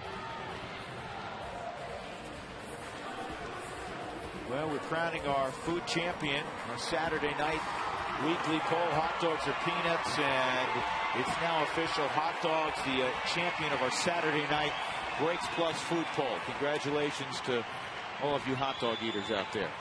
Special evening for you. So here we go. Smith hitting for Fowler. Rockies down a run. Axford has been the closer since Hoffman continued to falter. On in his second inning of work 2 days ago against Arizona, he went an inning and 2/3. If you're wondering how often of late he's gone more than an inning. In his first inning, he threw only 14 pitches.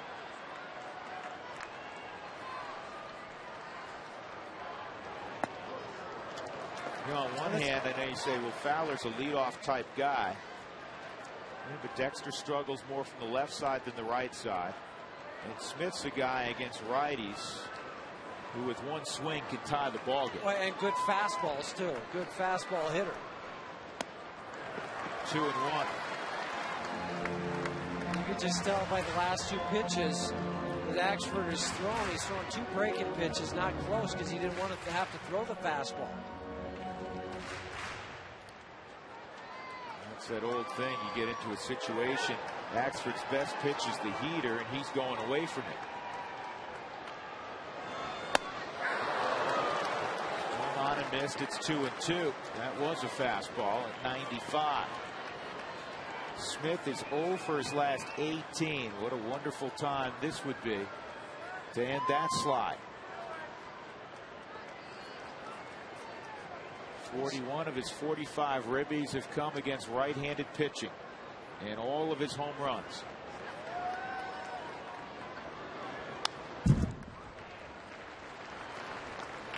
Pretty good cut on that fastball at 96 miles an hour.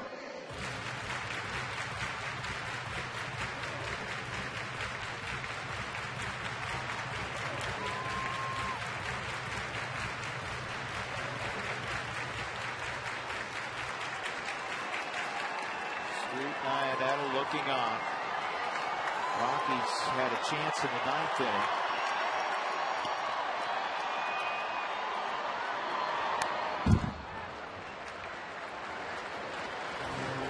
They had runners at first and second with one out. And then on a ball in the dirt, Jonathan Lucroy blocked it and was able to pick it up and throw out Tulowitzki, who was trying to move it up from second to third. And kind of ended the rally as Iannetta would strike out a couple of pitches later. Another 2-2. 3-2 on the leadoff hitter in the 10th, Seth Smith. Earlier today, the Giants beat the Padres at AT Park in San Francisco 3-2.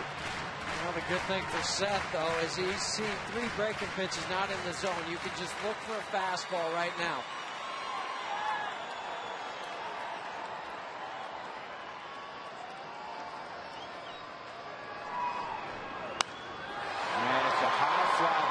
To Braun and left. One out.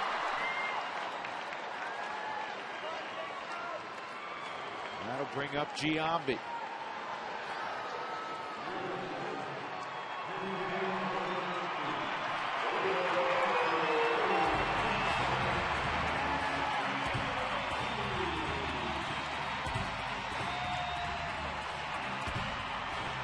Gleason 6 for 23 as a pinch hitter, 1 home run, 6 RBIs.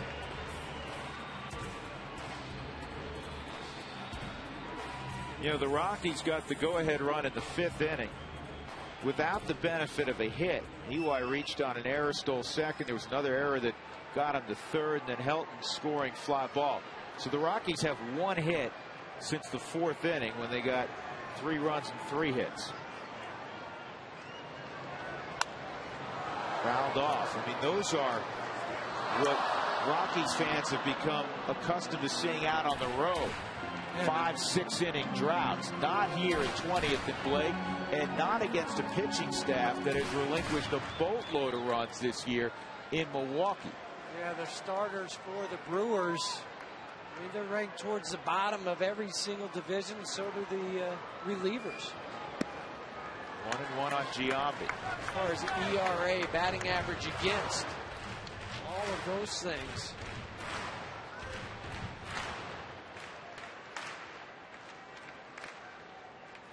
Milwaukee playing very deep in the outfield. They're playing the no doubles, and they got the big shift on with the shortstop up the middle. 1-2. 97 miles an hour on that fastball. And the Brewers are 14th in the National League in ERA. And they've allowed the most hits and the most total bases in the National League. The second most runs allowed.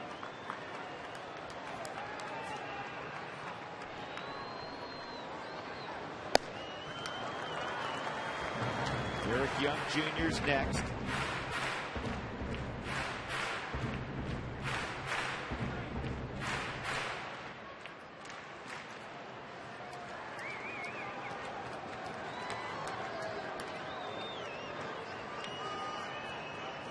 Here's the 2-2.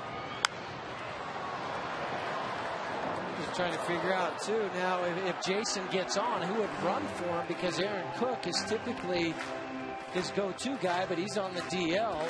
And the other guy on off days of late that would be the candidate for that, and he's already done it one time, was tonight's starting pitcher, Esmil Rogers. Right, so now you're looking at probably Clint Barmas. Clint Barmas would be your other option.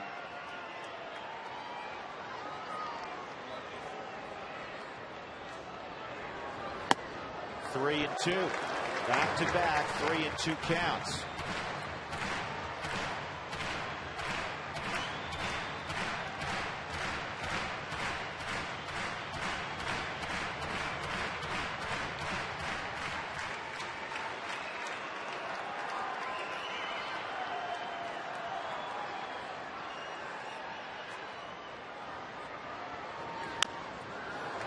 Good at bat for Giambi. This is Jason's first at bat since returning home.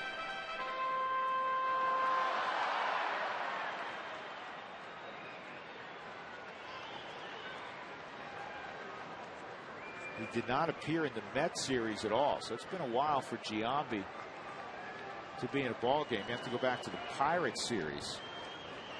He gets a guy throwing 97 miles an hour. That was last Saturday night.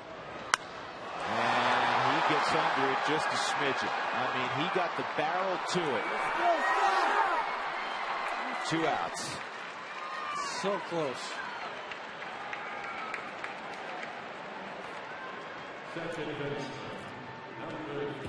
Now Eric Young Jr. Hyundai cam shows it right as you were talking about, Drew, right off the sweet spot, but just underneath the baseball, ever so slightly.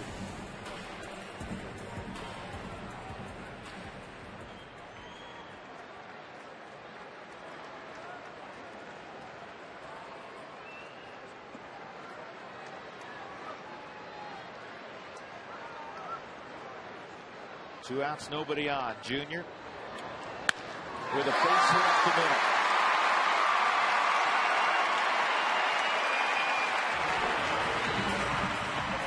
That'll bring up help.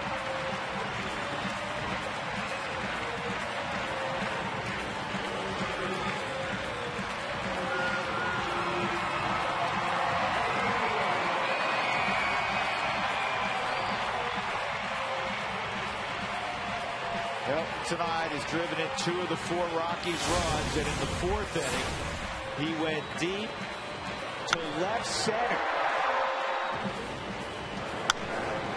which we haven't seen in a long time.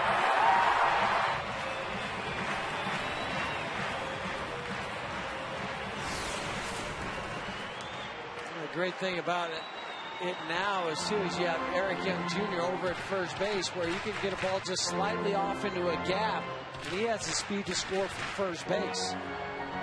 Yes, he does. Puts a little bit more pressure on Axford as well, too, because if he bounces a ball into the dirt and it gets away, then Eric can get to second. Ball 1. Let me ask a question that I'm sure people at home are wondering. No. Do you run? No. I don't want to end the ball game with the bat still in Todd Helton's hands, or a chance if something happens with Carlos Gonzalez on deck. in the air to left field. An easy play for Ryan Braun. And the Brewers win it in 10, 5-4. The Brewers out-hit the Rockies 16-6 in the ball game. And they finally prevail in extra innings by a 5-4 count.